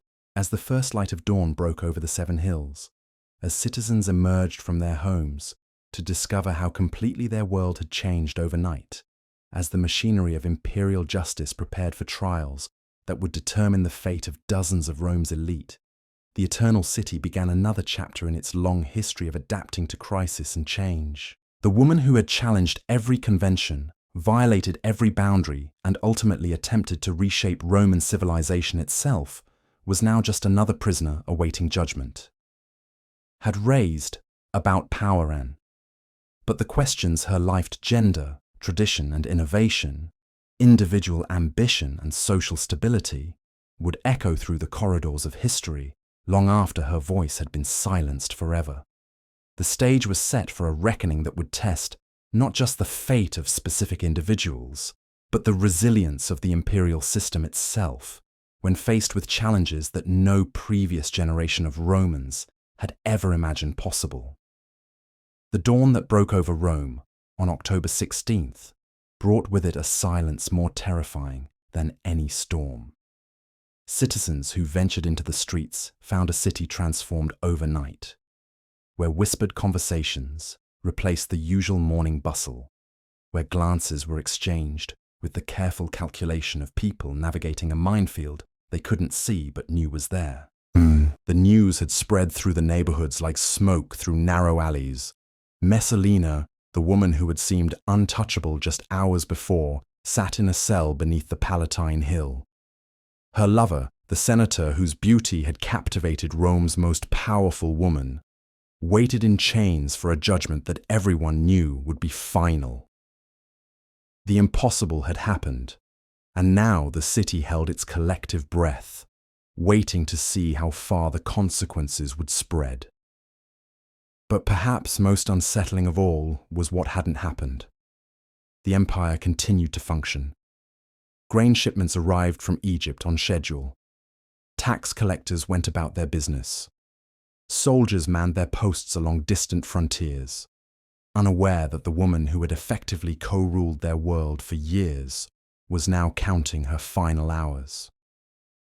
The machinery of Roman governance, so dependent on Messalina's shadow administration, proved remarkably resilient when suddenly deprived of her guiding hand. This continuity revealed something profound about the nature of imperial power that even Messalina, for all her political acumen, had failed to grasp. The empire wasn't held together by any single individual's brilliance or charisma. It was sustained by thousands of administrators, soldiers, and citizens who understood their roles and performed them regardless of who occupied the palace. Her removal, shocking as it was, created ripples rather than collapse, disruption rather than destruction. In the imperial chambers, Claudius faced decisions that would define not just his remaining years as emperor, but his place in Roman history. The man who had ascended to power almost by accident now found himself wielding that power with a precision that surprised even his closest advisors. The gentle scholar had revealed depths of resolve that transformed him from a figure of mild ridicule into something approaching genuine authority. His first challenge was immediate and practical: what to do with the hundreds of witnesses to Messalina's wedding ceremony.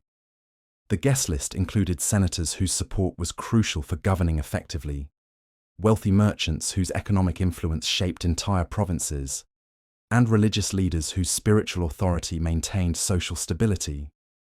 Executing them all would devastate Roman society. Pardoning them completely would make a mockery of Roman law. Some middle path had to be found, a solution that demonstrated both justice and mercy in carefully calibrated measure. The emperor's approach revealed political sophistication that few had credited him with possessing. Rather than mass executions or blanket pardons, he began a methodical process of individual evaluation. Each guest's level of involvement was assessed, their motivations examined, their value to the empire weighed against their complicity in treason. Some faced exile, others paid substantial fines. A few received warnings that would shadow their remaining careers. The most deeply involved faced death. But even these sentences were carried out with dignity rather than the brutal spectacle that had marked previous imperial purges. This measured response sent a powerful message throughout Roman society. Claudius wasn't acting from personal vindictiveness or uncontrolled rage. He was restoring order through justice, demonstrating that even imperial mercy operated within the boundaries of law rather than arbitrary whim. The contrast with his predecessor Caligula's chaotic brutality could not have been more stark or more reassuring to Romans who had lived through those terrible years. But the emperor's most difficult decision concerned Messalina herself. Roman law was clear about the penalty for treason, and her actions at the wedding ceremony had crossed every possible line of acceptable behavior. Yet she remained the mother of his son, the woman he had loved with genuine devotion, the partner who had shared his bed and his secrets for years. Personal affection warred with political necessity in ways that kept him wakeful through the dark hours before dawn. The legal proceedings that followed would become models for imperial justice, studied by jurists for generations. Every precedent was carefully examined, every principle of Roman law meticulously applied, every decision documented with the thoroughness that Claudius brought to all his scholarly endeavours. This wasn't a show trial designed to justify predetermined conclusions. It was a genuine attempt to apply Roman legal traditions to circumstances that no previous generation had ever imagined. Messalina's defense, such as it was, relied on arguments that revealed both her desperation and her continued failure to understand the gravity of her situation. Her advocates claimed that the wedding ceremony had been a symbolic gesture rather than a legal marriage, a celebration of friendship that had been misinterpreted by hostile observers. They argued that her previous service to the empire, her successful governance during Claudius's absences, her role as mother to the imperial heir, all deserved consideration in determining her fate. But the evidence was overwhelming, the witnesses numerous, the implications undeniable.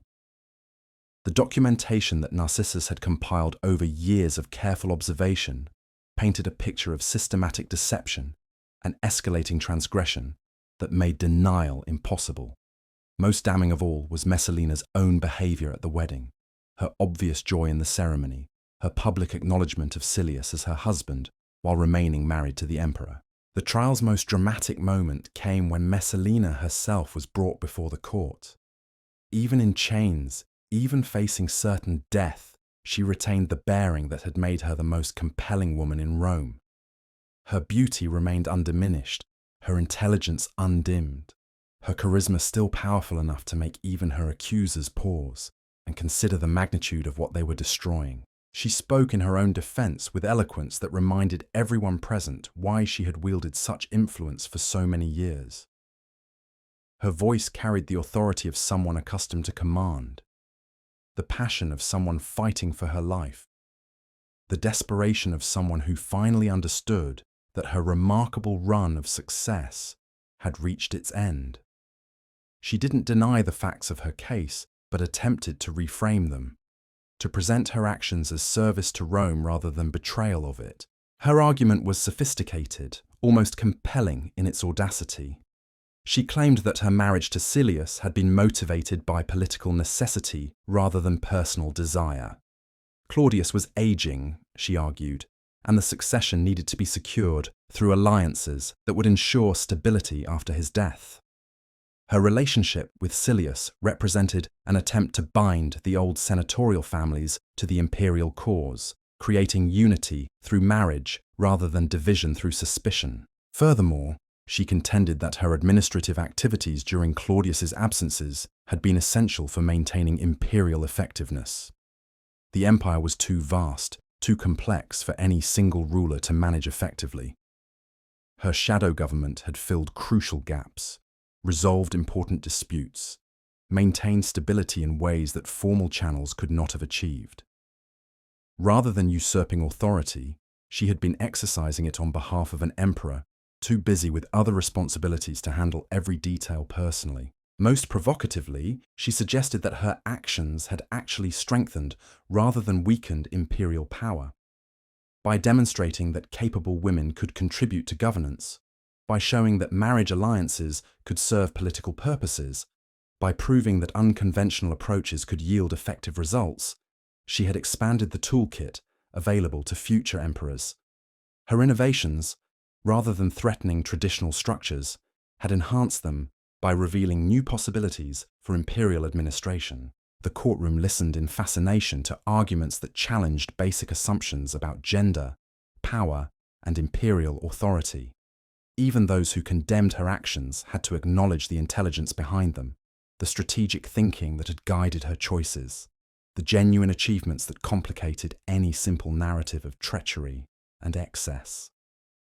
This wasn't a common criminal motivated by greed or spite. This was a political innovator whose vision had exceeded the boundaries that Roman society was prepared to accept. But eloquence couldn't overcome evidence, and vision couldn't excuse treason.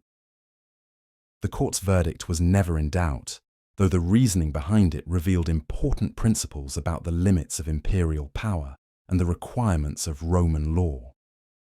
Messalina's fate was sealed not just by her actions, but by the precedent that those actions would set if allowed to stand unpunished. The judges emphasized that Roman marriage was a sacred institution that couldn't be redefined to accommodate political convenience or personal preference. The Empress household served as a model for all Roman families, and corruption at the imperial level threatened the moral foundations of the entire empire. Most crucially, the concentration of power in any single individual, regardless of their capabilities or intentions, violated the balance of authorities that had sustained Roman civilization for centuries.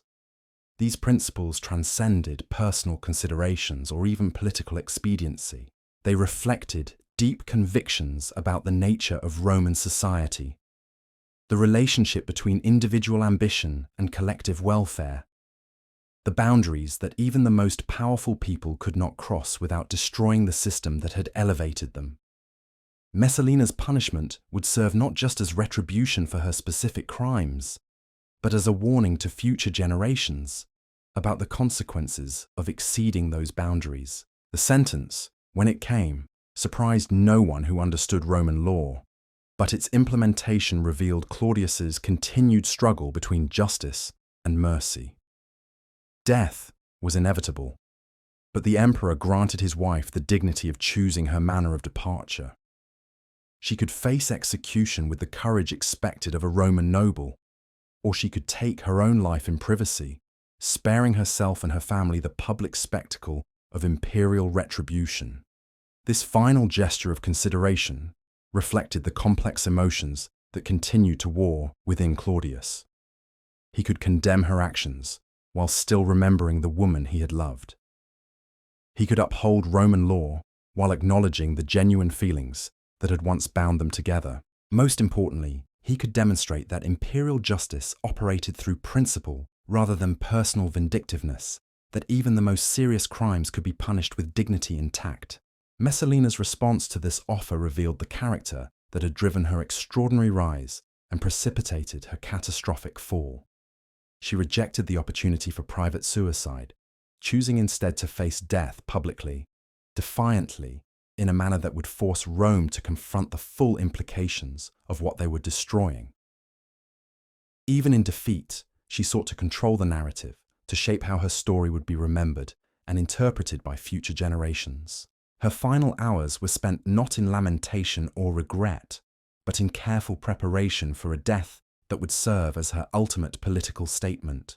She composed letters to be delivered after her execution, messages that would ensure her version of events reached sympathetic audiences throughout the empire.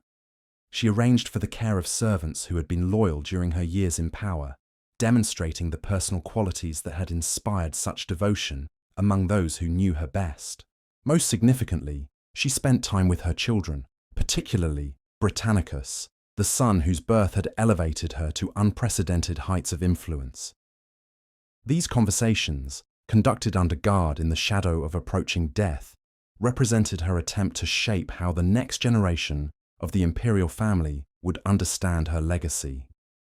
She wanted them to see her not as a criminal who had betrayed their father, but as a woman who had dared to envision new possibilities for Roman civilization. The execution itself, when it finally came, was conducted with the formal precision that marked all imperial ceremonies. Messalina faced her fate with composure that impressed even her enemies, speaking final words that would be debated by historians for centuries to come. She died as she had lived her final years, boldly, dramatically, in a manner designed to force observers to confront uncomfortable questions about power, gender, and the nature of Roman society itself. Her death marked the end of the most extraordinary political career in Roman history, but it also marked the beginning of a different kind of influence. The questions she had raised, the boundaries she had challenged, the precedents she had set, all survived her physical destruction. Future empresses would remember her example, both as inspiration and warning. Future emperors would grapple with the administrative innovations she had pioneered. Future historians would struggle to separate the woman from the legend, the achievements from the crimes, the revolutionary vision from the tragic overreach. In the immediate aftermath of her execution, Rome experienced a strange mixture of relief and loss. The impossible situation that had developed during her final years was resolved, but the resolution came at the cost of destroying someone whose intelligence, charisma, and political skills had genuinely impressed those who observed them firsthand. The empire was safer without her, but it was also diminished by her absence, deprived of a voice that had articulated possibilities most Romans had never imagined. Claudius himself, having demonstrated the resolve necessary to eliminate the greatest threat to his reign, now faced the equally challenging task of rebuilding trust and stability in the imperial system. The network of relationships, obligations, and innovations that Messalina had created couldn't simply be dismantled overnight. Many of her administrative reforms had proved effective and would need to be continued under different leadership. Many of her supporters retained their positions and would need to be managed carefully to prevent future conspiracies. Most importantly, the emperor had to address the broader questions that his wife's career had raised about the nature of imperial power itself. Her success in exercising authority, even through unofficial channels, had demonstrated both the potential for expanding imperial effectiveness and the dangers of concentrating too much influence in any single individual. Future arrangements would need to balance these considerations, creating systems that could benefit from capable advisors, while preventing the emergence of another shadow government. The solutions that emerged from this period of reconstruction would influence Roman imperial administration for generations. New protocols were established for managing imperial correspondence and appointments. Formal roles were created for imperial family members that provided meaningful responsibilities while maintaining clear boundaries. Most significantly, systems of oversight and accountability were strengthened to ensure that no future empress could accumulate the kind of unchecked influence that had made Messalina so dangerous. These institutional changes represented Claudius's most important legacy, more significant even than his military conquests or public works projects. By learning from the crisis that had nearly destroyed his reign, by adapting imperial structures to address weaknesses that Messalina had exploited, he created a more resilient form of government that could better withstand future challenges. The woman who had threatened to tear down the imperial system had ultimately contributed to making it stronger, though at the cost of her own life and the lives of everyone who had followed her too far into uncharted territory. As autumn deepened into winter, as Rome adjusted to the absence of its most compelling and controversial figure, as the machinery of imperial government continued its eternal work of maintaining order across a vast and diverse empire, the city began to process the extraordinary events that had shaken its foundations. The story of Messalina would become legend, retold and reinterpreted by each generation, according to their own understanding of power, ambition, and the eternal tension between individual desire and collective responsibility. But for now, in those quiet months following her death, Rome simply tried to understand what had happened and what it meant for the future. The woman who had challenged every assumption about what was possible had been defeated, but the questions she had raised remained unanswered, waiting for future generations to grapple with the eternal dilemmas of leadership, innovation, and the price of pushing boundaries too far, too fast, in a world not ready for such revolutionary change. The months that followed Messalina's execution revealed something remarkable about the nature of power in ancient Rome. While the Empress was gone, the systems she had influenced continued to function. But now they operated with a strange emptiness at their center, like a musical ensemble missing its lead performer. The administrative innovations she had pioneered didn't simply vanish with her death. They had become too useful, too embedded in the daily operations of imperial government to abandon entirely. Claudius found himself in the peculiar position of having to manage the legacy of someone whose actions had nearly destroyed him. The shadow government Messalina had created couldn't be dismantled overnight without causing chaos. Yet allowing it to continue unchanged would risk creating another power center that might challenge imperial authority. The solution required a delicate balance between preserving what worked while ensuring no single individual could again accumulate such dangerous influence. The emperor's approach revealed political wisdom that surprised even his closest advisors. Rather than destroying Messalina's innovations entirely, he began a systematic process of institutionalizing them. The informal networks she had used to gather information became official intelligence services. The personal relationships she had cultivated with provincial governors were transformed into formal diplomatic channels. Most importantly, the administrative efficiency she had brought to imperial decision-making was preserved through new bureaucratic structures that distributed responsibility among multiple officials, rather than concentrating it in any single person. This transformation process took months to complete and required navigating countless political sensitivities.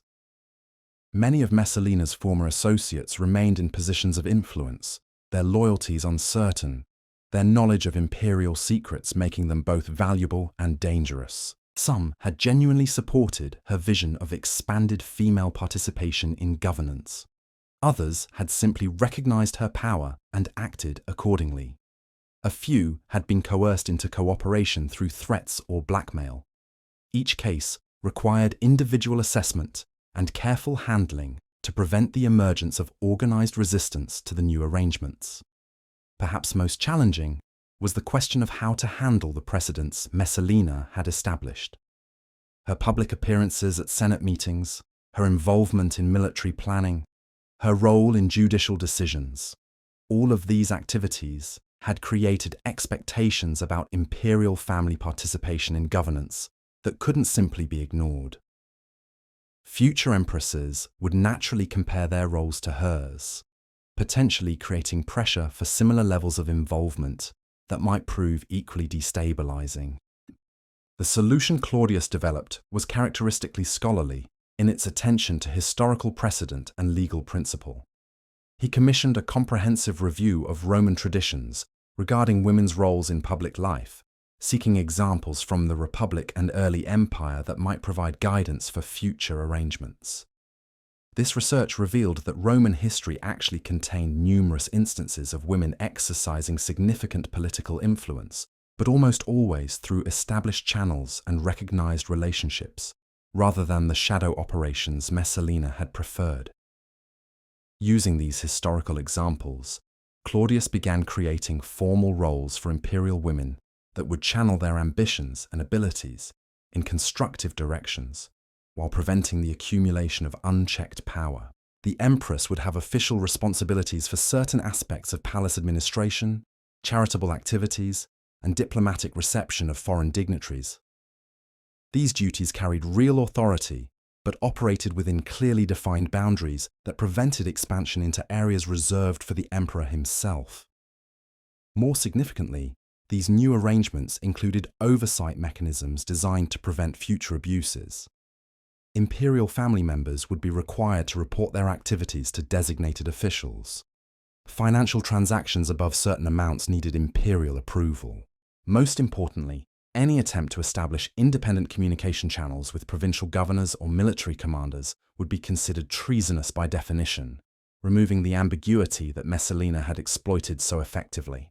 The implementation of these reforms required extraordinary tact, as they affected not just the imperial family, but the entire Roman elite who had become accustomed to Messalina's unconventional approach to governance. Senators who had grown used to receiving guidance from the Empress suddenly found themselves dealing exclusively with imperial freedmen and official secretaries. Wealthy citizens who had cultivated relationships with her inner circle discovered that their carefully built networks of influence had become worthless overnight. This disruption created opportunities for new players to emerge in Roman politics. Individuals who had been excluded from Messalina's circles but possessed the skills and ambition to serve the imperial administration effectively. Claudius proved remarkably adept at identifying and promoting such talent, gradually building a new governing coalition that owed its advancement to him personally, rather than to his deceased wife's patronage. The process wasn't without its casualties. Some of Messalina's most committed supporters found themselves unable to adapt to the new arrangements, their careers ending in disgrace or exile. Others attempted to maintain underground networks of communication and influence, only to discover that the emperor's new security measures were far more comprehensive than they had anticipated. A few made desperate attempts to flee the empire entirely, seeking refuge in client kingdoms or barbarian territories beyond Roman reach. But perhaps most tragic were those who had genuinely believed in Messalina's vision of a more inclusive form of Roman governance. Women particularly who had seen in her example the possibility of meaningful participation in public life. Her fall didn't just eliminate a powerful individual, it discredited an entire approach to gender relations that had begun to gain acceptance among progressive elements of Roman society. The backlash was swift and comprehensive, with traditional voices using her fate as evidence that women's involvement in politics inevitably led to corruption and chaos. This conservative reaction extended far beyond the imperial palace by Messalina's example too, affecting women throughout the empire who had been inspired to claim greater authority in their own communities. Wives of provincial governors found their unofficial advisory roles questioned and constrained. Wealthy women who had begun involving themselves in business decisions discovered renewed resistance from male relatives and partners.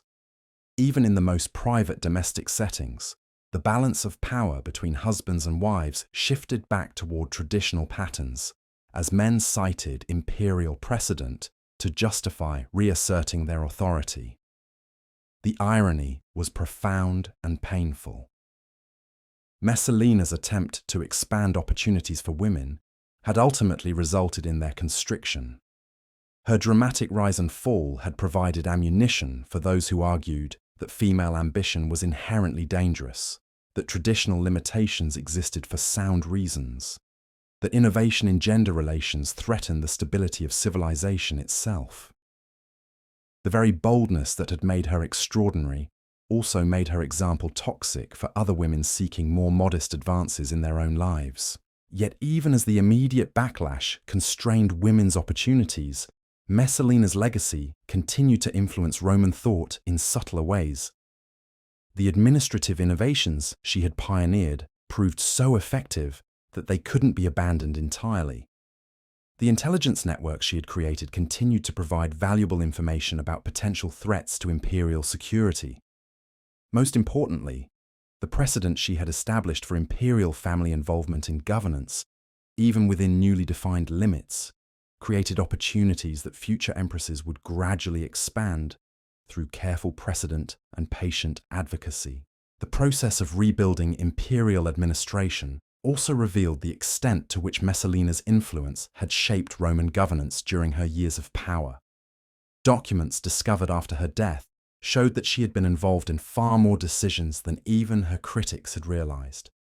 Provincial appointments, military promotions, judicial verdicts, economic policies, all bore traces of her involvement. Suggestions she had made, modifications she had proposed, alternatives she had recommended. This documentation created both problems and opportunities for Claudius.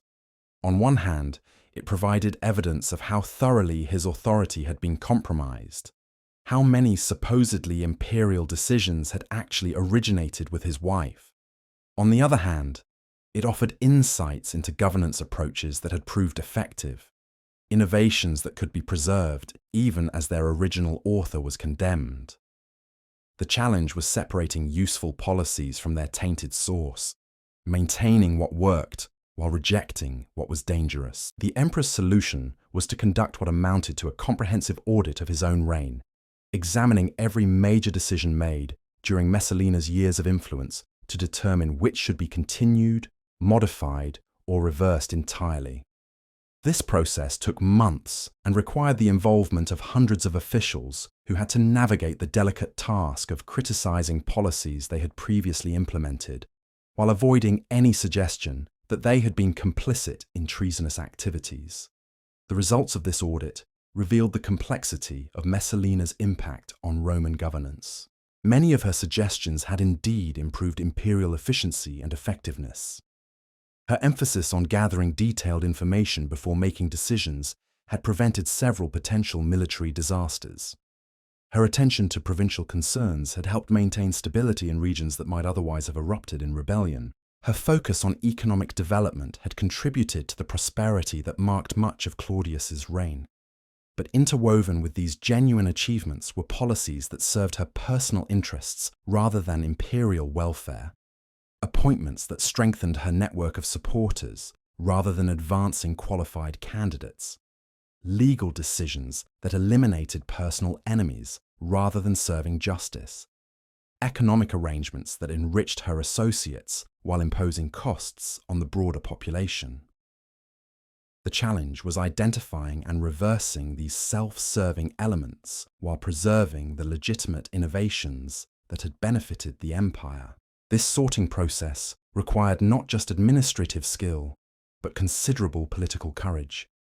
Many of the policies that needed reversal had created powerful beneficiaries who would resist change.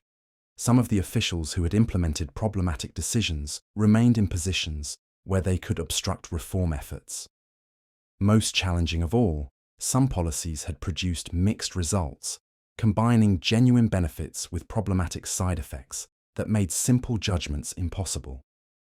The emperor's approach to these complexities demonstrated the analytical skills that had made him an effective scholar before his unexpected elevation to imperial power. He established review committees that examined each policy area systematically, gathering testimony from all affected parties, analyzing results against stated objectives, comparing outcomes with alternative approaches that might have been pursued.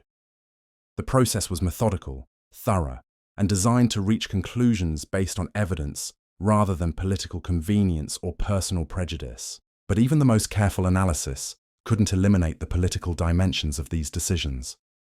Every policy change created winners and losers. Every reform generated support from some quarters and opposition from others. Claudius found himself navigating factional conflicts that had been suppressed during Messalina's dominance, but now emerged with renewed intensity as different groups competed to shape the post-Messalina imperial system. The resolution of these conflicts required all the diplomatic skills Claudius could muster. Along with some he had to develop through trial and error. He learned to build coalitions that could support necessary changes while minimizing organized resistance. He discovered the importance of timing, introducing controversial reforms when political circumstances were most favorable, and delaying others until opposition could be reduced through negotiation or compromise. Most importantly, he developed the ability to frame policy changes in terms of returning to traditional Roman values, rather than rejecting his wife's innovations, making reform seem conservative rather than radical. This rhetorical strategy proved crucial for maintaining stability during the transition period. By emphasizing continuity with Republican traditions and early imperial precedents, Claudius could implement significant changes while avoiding the appearance of dramatic policy reversals that might have suggested weakness or uncertainty. The emperor, who had been mocked for his scholarly interests, now found those very qualities essential for legitimizing necessary reforms through careful attention to historical precedent and legal principle.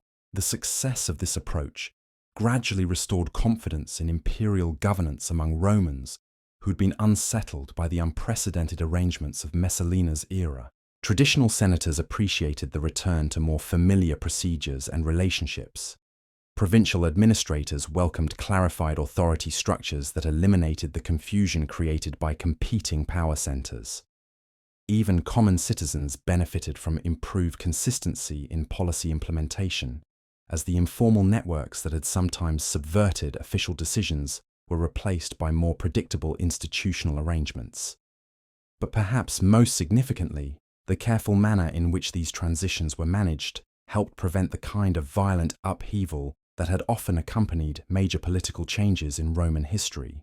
By preserving what worked while reforming what was problematic, by respecting legitimate interests while eliminating abusive practices, by maintaining stability while implementing necessary changes, Claudius demonstrated that even dramatic political crises could be resolved through patient, methodical governance rather than purges and executions. This example would influence Roman imperial practice for generations, establishing precedents for managing transitions that future emperors would adapt to their own circumstances. The institutional arrangements developed during this period created more resilient systems of governance that could better withstand future challenges while maintaining the flexibility needed to respond to changing conditions throughout the vast Roman Empire. As winter gave way to spring, as the immediate crisis of Messalina's fall receded into memory, as new patterns of imperial administration became established routine, Rome began to process the deeper implications of what had occurred. The woman who had challenged every assumption about female capability and imperial authority was gone, but the questions she had raised about power, gender, and governance would continue to influence Roman thought for centuries to come. Her story became a cautionary tale told to young women about the dangers of ambition unchecked by wisdom, but it also served as proof that women could excel in political leadership when given the opportunity.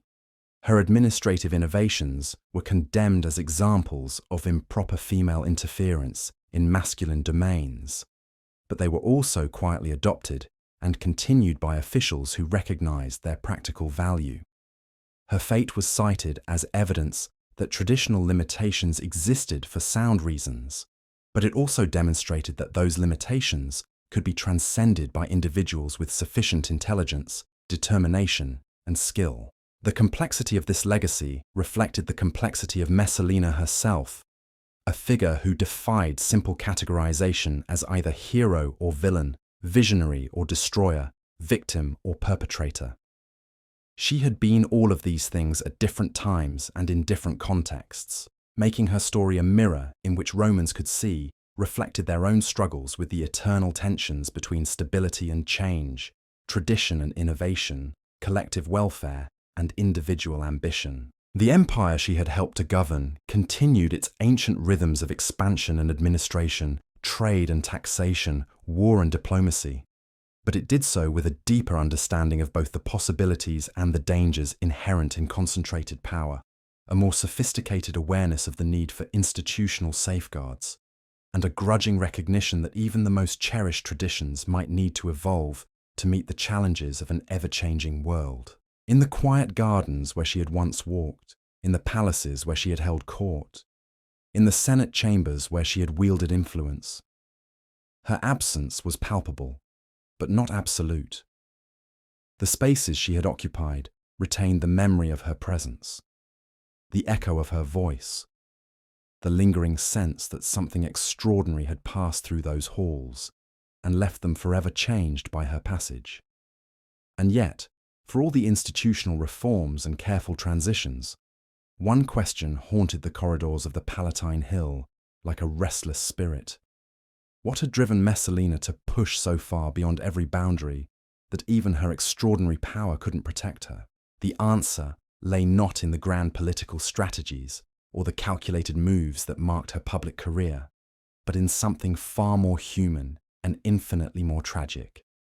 Those who had known her in her final months spoke of a woman consumed by a hunger that seemed to grow with every feeding.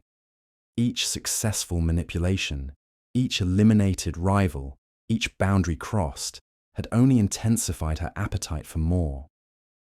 The teenage bride who had once trembled at the thought of displeasing Claudius had evolved into someone who believed that rules were merely suggestions, that traditions existed only until she chose to ignore them, that power was a river with no banks. But power, as every Roman understood, was also a drug, and like all intoxicating substances, it demanded ever-increasing doses to produce the same euphoric effects. The influence that had once thrilled Messalina with its novelty became routine, expected, insufficient. The fear she inspired in senators and nobles transformed from a tool into an addiction, something she craved not for its practical benefits, but for the pure rush of watching powerful men bend to her will. This psychological transformation had been gradual, almost imperceptible to those who observed it daily. Friends noticed that she laughed differently at her victories, with a sound that carried less joy and more hunger.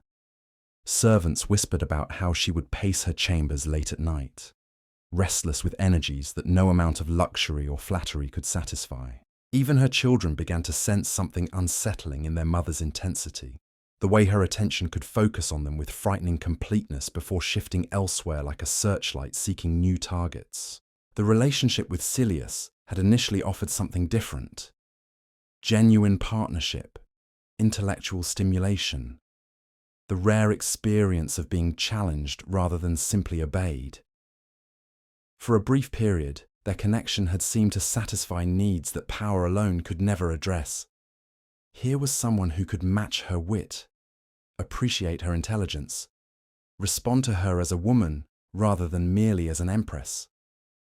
The early stages of their affair had been marked by conversations that lasted until dawn, debates about philosophy and poetry that revealed depths in both participants that the brutal world of Roman politics rarely allowed to surface. But even this relationship couldn't escape the gravitational pull of Messalina's appetite for dominance. What began as partnership gradually shifted into another form of conquest, another demonstration of her ability to claim whatever she desired. Silius, for all his noble birth and senatorial dignity, became another trophy in her collection, proof that even Rome's most eligible bachelor could be possessed by her will. The very qualities that had initially attracted her, his independence, his aristocratic bearing, his refusal to be easily impressed, became challenges to overcome rather than traits to cherish. The wedding ceremony itself represented the culmination of this process, the moment when partnership transformed completely into possession. By forcing Silius to marry her publicly while she remained wedded to Claudius, Messalina wasn't just claiming him as a husband, she was asserting her right to redefine the most sacred institutions of Roman society according to her personal desires.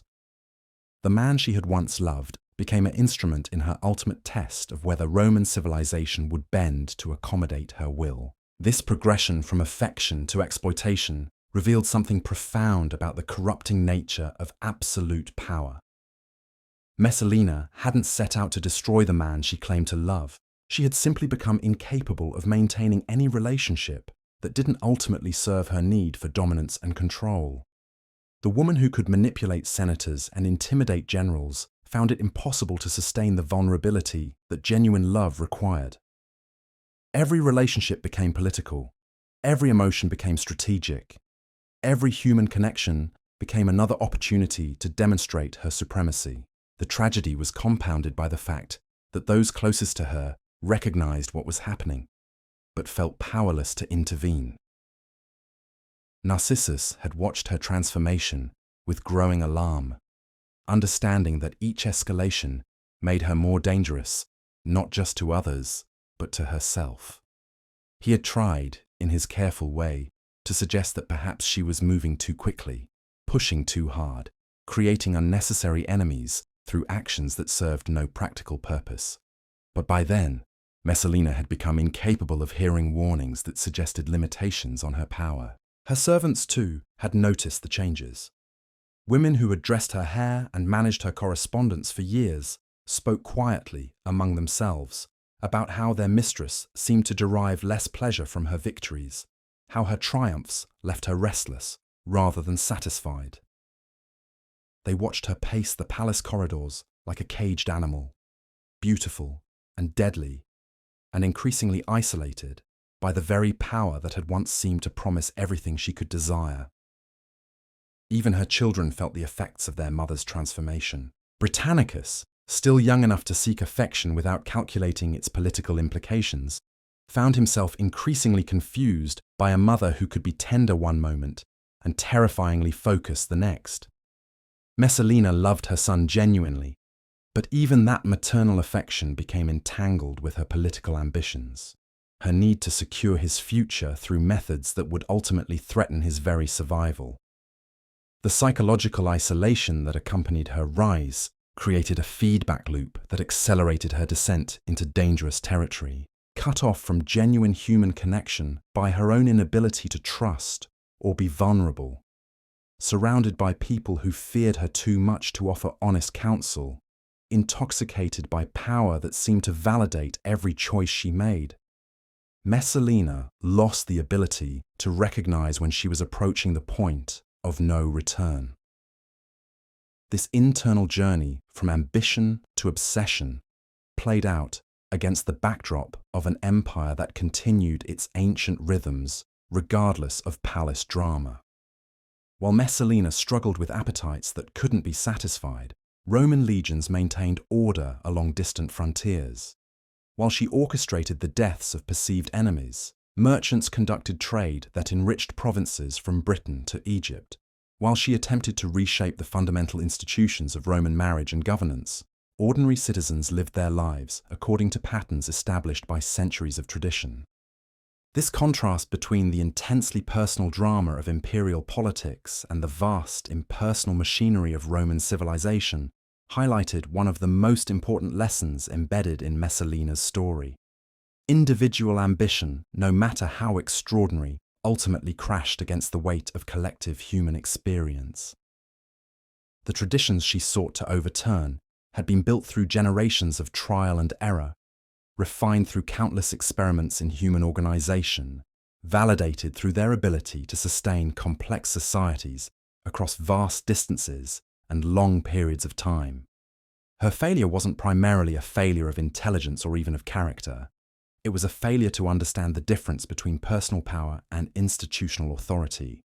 She had confused her ability to influence events with the right to reshape civilization itself.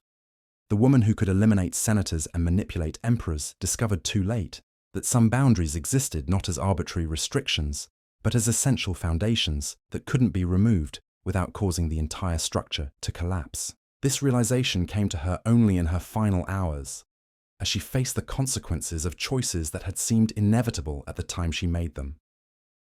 The woman who had believed herself capable of transcending every limitation found herself reduced to the same mortality that claimed all Romans regardless of their power or achievements. The Empress, who had redefined the possible, discovered that possibility itself had limits that even her remarkable will couldn't overcome. But perhaps the most poignant aspect of her final moments was the recognition that flickered across her features as she faced execution. Not regret for her ambitions or shame at her transgressions, but a kind of bewildered surprise that the rules had applied to her after all. She had lived so long in the rarefied atmosphere of absolute power that the return to ordinary human vulnerability came as a shock rather than an expected consequence. The witnesses to her death would remember that expression for years afterward, the way understanding dawned across her face like sunlight breaking through clouds. Here was someone who had spent years believing that intelligence, beauty, and determination could overcome any obstacle, discovering in her final moments that some forces were stronger than individual will. The empire she had sought to remake according to her vision would continue long after her voice was silenced, shaped by currents far deeper and more persistent than any single person could redirect. Her execution, conducted with the formal dignity that Roman law required, became a ritual of restoration as much as punishment. By enforcing the ultimate penalty against someone who had seemed untouchable, the imperial system demonstrated its own resilience, its ability to maintain essential boundaries even when challenged by the most extraordinary individuals. The ceremony itself, witnessed by officials who had once trembled at her displeasure, served notice that Roman civilization would endure regardless of who rose or fell within its structures. Yet even as Messalina's death restored a certain equilibrium to imperial politics, it also marked the end of an era that had briefly expanded the boundaries of what Romans considered possible. Her administrative innovations, her political networks, her demonstration that women could excel in governance, all of these contributions survived her physical destruction, embedded in the institutional memory of an empire that learned from every crisis it survived. The months that followed her execution saw a gradual return to more traditional patterns of imperial administration, but they were traditional patterns informed by lessons learned during her extraordinary career. Future empresses would operate within clearer boundaries, but those boundaries encompassed roles and responsibilities that had been unimaginable before Messalina demonstrated their possibility. The woman who had pushed too far too fast had nonetheless moved the frontier of the possible to territory that could never be completely abandoned. This complex legacy, part cautionary tale, part inspiration, part institutional reform, reflected the fundamental ambiguity that surrounded all exercises of power in the Roman world. The same qualities that made someone capable of great achievements also made them capable of great destruction. The same ambition that drove beneficial innovations could also lead to catastrophic overreach. The same intelligence that solved complex problems could also devise elaborate schemes for personal advancement at the expense of collective welfare. Romans understood these paradoxes intuitively, having watched them play out repeatedly throughout their long history of expansion and governance. They knew that power attracted both the best and worst human impulses, that authority could ennoble or corrupt depending on the character of those who wielded it, that the same individual could serve as both savior and destroyer at different points in their career. Messalina's story fit perfectly into this tradition of moral complexity, offering no simple lessons, but plenty of material for reflection on the eternal dilemmas of leadership and authority. As winter deepened and Rome settled into the rhythms that would define the remainder of Claudius's reign, the emperor himself grappled with emotions and insights that would shape his approach to governance for his remaining years. The man who had trusted completely discovered the necessity of verification. The scholar who had preferred theoretical solutions learned to appreciate practical safeguards. Most importantly, the ruler who had delegated extensively began to understand which responsibilities could be shared and which must remain exclusively imperial. These hard-won insights would serve Claudius well in the challenges that lay ahead, but they came at enormous personal cost.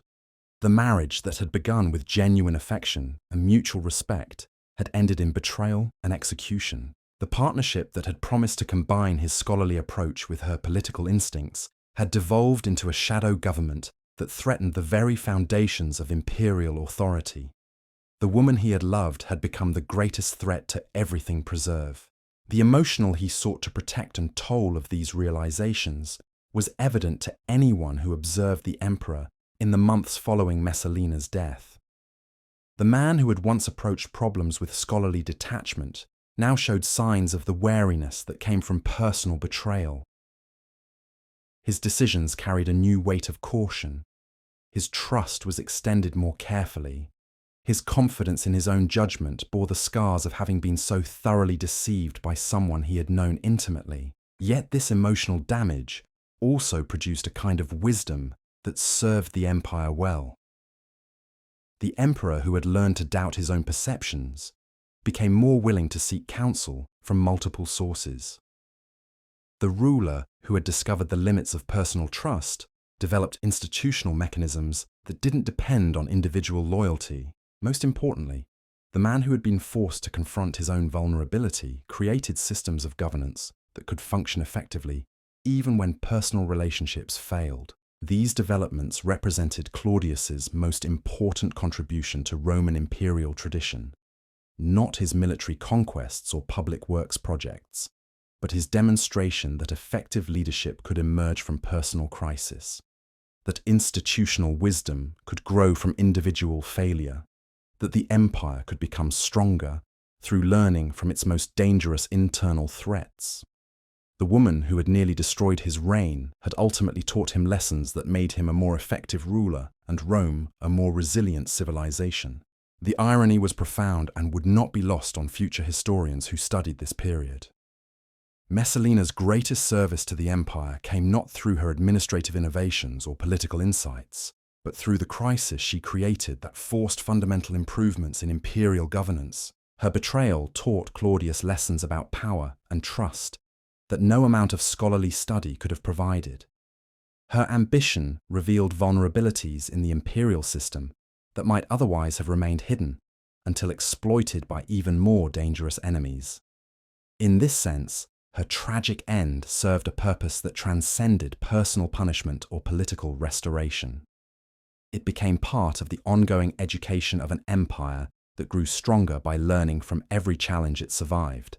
The woman who had sought to reshape Roman civilization according to her personal vision had indeed changed it, but through failure rather than success, through destruction rather than creation, through serving as an example of limits that could not be crossed rather than possibilities that could be achieved. This transformation of tragedy into wisdom represented one of the most remarkable aspects of Roman political culture, its ability to extract useful lessons from even the most painful experiences, to find institutional benefits in personal disasters, to turn individual failures into collective learning opportunities. The empire that had executed Messalina for treason would spend generations studying her career for insights into the nature of power, the importance of institutional safeguards, and the eternal tension between innovation and stability that defined all successful civilizations. Her story would be told and retold, interpreted and reinterpreted, used to support arguments both for and against expanded roles for women in public life. Some would cite her administrative successes as proof that gender restrictions served no practical purpose. Others would point to her ultimate failure as evidence that traditional limitations existed for sound reasons. Most would recognize the complexity of her legacy, the way she embodied both the potential and the dangers inherent in concentrated power, regardless of who exercised it. But perhaps the most enduring aspect of her influence would be the questions she raised rather than the answers she provided. What were the proper limits of imperial authority? How could individual ambition be channeled to serve collective welfare? What institutional safeguards were necessary to prevent the emergence of shadow governments? How could the empire benefit from the talents of all its citizens while maintaining the stability that came from established traditions? These questions would occupy Roman political thinkers for centuries, driving innovations in governance that might never have been considered if Messalina's career hadn't revealed their necessity. The woman who had pushed beyond every boundary had, in her failure, helped to define the boundaries that would protect the empire from future threats. Her legacy lived not in the institutions she had tried to create, but in the improvements her challenge had inspired in the institutions that survived her. As spring approached, and Rome began another cycle of renewal and growth, as the immediate trauma of her fall receded into the category of historical lessons, rather than current crises, the Eternal City continued its ancient work of transforming individual human dramas into collective wisdom. The woman who had briefly seemed to hold the empire in her hands was gone, but the empire itself remained, strengthened by the ordeal, wiser for the experience, more resilient for having survived its most extraordinary internal challenge. In the gardens where she had once walked, new flowers would bloom according to patterns established long before her birth and destined to continue long after her death. In the palaces where she had held court, new voices would debate the eternal questions of power and responsibility that had consumed her final years. In the Senate chambers where she had wielded unprecedented influence, new leaders would grapple with the same tensions between tradition and innovation that had ultimately claimed her life. But they would do so with the benefit of her example, both positive and negative, to guide their choices and inform their judgment. The empire she had sought to remake had indeed been changed by her passage through it, not according to her vision, but in ways that honored the complexity of her legacy, while protecting against the dangers her career had revealed. She had become part of Rome's eternal conversation with itself about the nature of power, the requirements of leadership, and the price of pushing too far beyond the boundaries that defined civilization itself.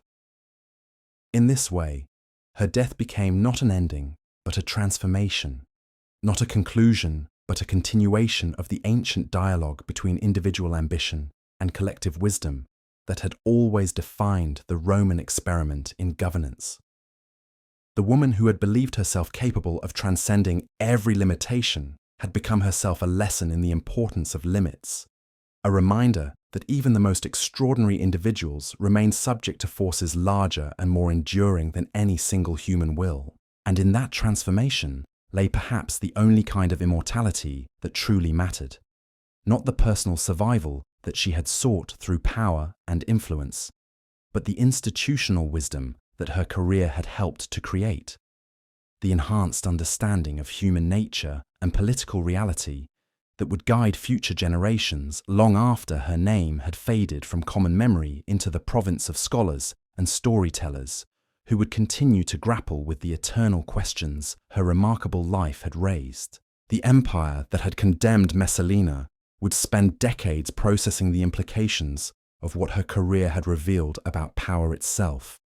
But tonight, as we near the end of this extraordinary story, I want you to consider something that the ancient sources rarely discuss: the ordinary Romans who witnessed these events unfold, the citizens who watched an empress rise to unprecedented heights before crashing down in spectacular ruin.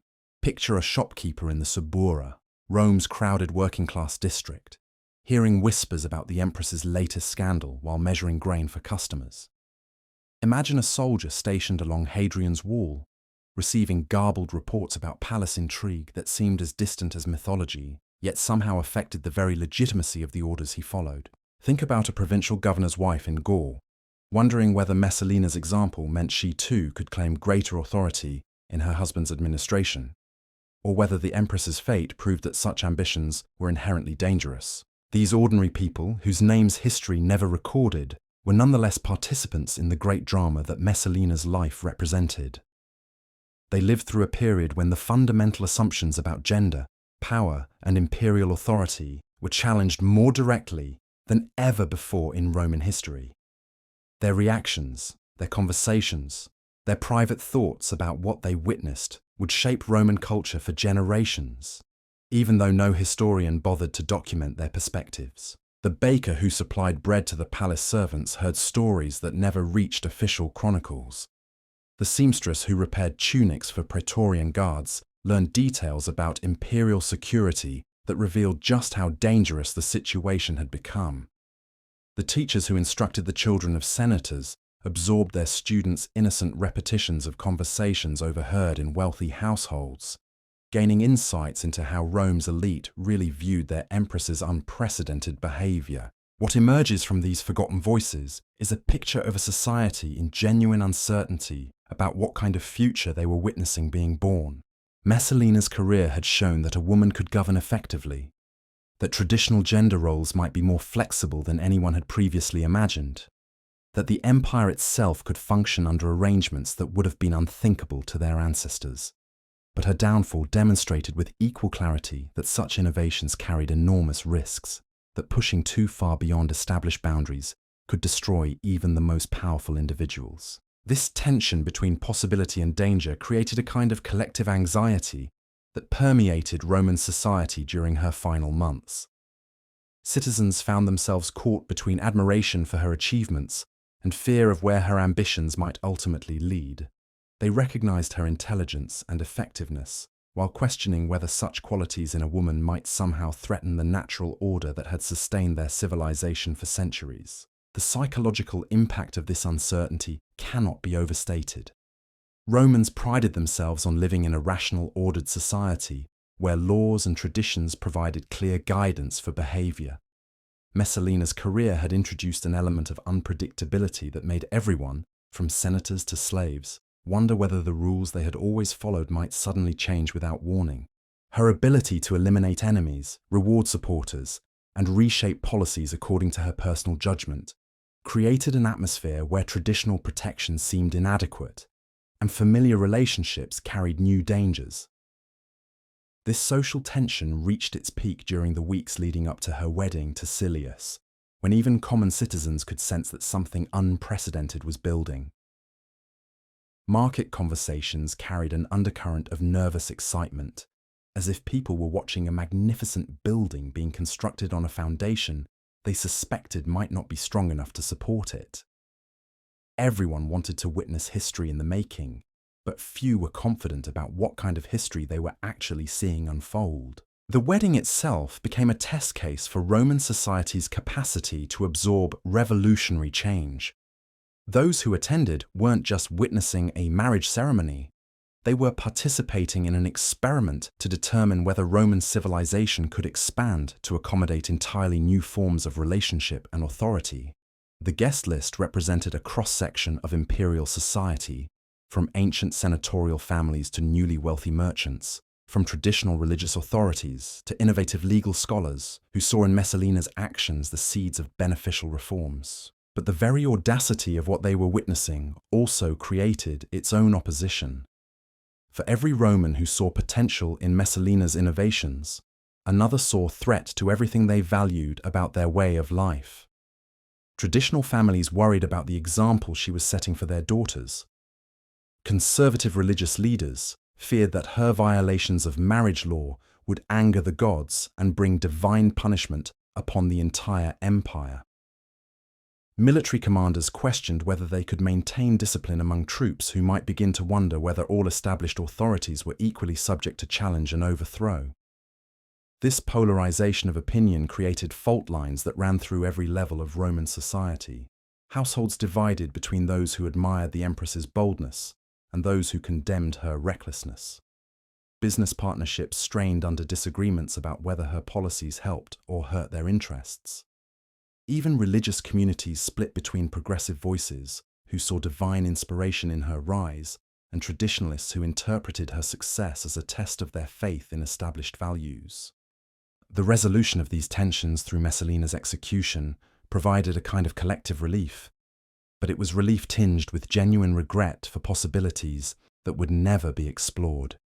Many Romans had been genuinely curious about what kind of society might emerge if women were granted greater roles in public life, if imperial authority could be shared more widely, if innovation were valued more highly than tradition in determining policy. Her fall answered those questions definitively, but in ways that left many citizens wondering what opportunities might have been lost along with the dangers that were averted. The aftermath of her death revealed just how deeply her career had affected Roman thinking about fundamental questions of governance and social organization. Conversations in taverns and bathhouses continued to wrestle with the implications of what they had witnessed. If a woman could govern as effectively as Messalina had demonstrated, why were such opportunities generally denied to half the population?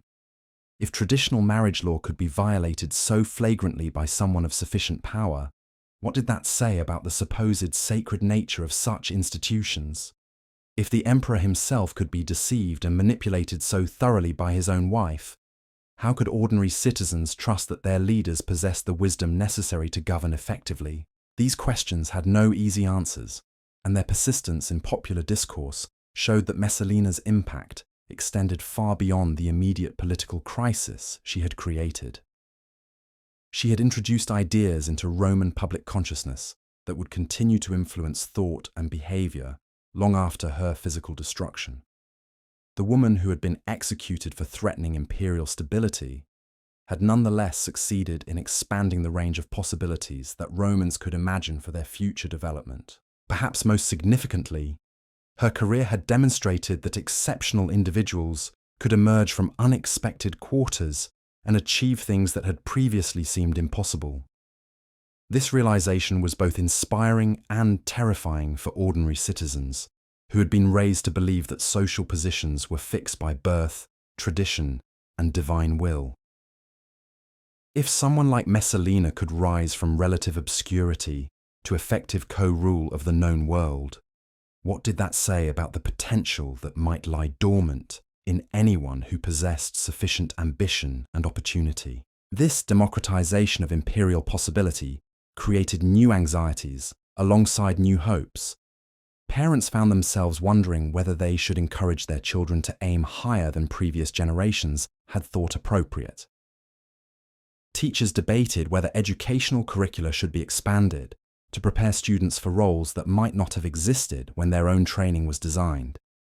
Even slaves and freedmen began to reconsider their assumptions about the limits of their own advancement, inspired by the example of someone who had transcended every boundary through sheer force of will and intelligence. The institutional changes that Claudius implemented in response to Messalina's challenge reflected his understanding that her career had revealed genuine flaws in imperial administration that needed correction regardless of personal considerations. The shadow government she had created had proved remarkably effective in many areas, suggesting that the official structures of Roman governance were inadequate for managing an empire of such complexity and scale. Her networks of information gathering, policy coordination, and personnel management had filled gaps that formal institutions had failed to address. But incorporating these innovations into legitimate governmental structures required careful navigation of the same social tensions that had surrounded Messalina herself. Officials who recognized the practical value of her approaches had to find ways to implement them that didn't appear to endorse her treasonous methods. Senators who had benefited from her informal consultation processes needed to create formal equivalents that provided similar benefits without threatening traditional authority structures. Most challenging of all, the emperor had to find ways to expand imperial administrative capacity without creating new opportunities for future empresses to accumulate dangerous levels of independent power. And so ends the story of Valeria Messalina, a woman who dared to rewrite the rules of an empire, only to discover that some boundaries cannot be crossed without consequence. Her rise from teenage bride to shadow empress reveals timeless truths about power's intoxicating nature and its ultimate limits. Though history remembers her fall, her legacy lives on in the questions she forced Rome to confront about leadership, innovation, and the eternal tension between individual ambition and collective wisdom. Perhaps that's her true immortality, not in the power she wielded, but in the conversations about possibility and restraint that her extraordinary life continues to inspire across the centuries.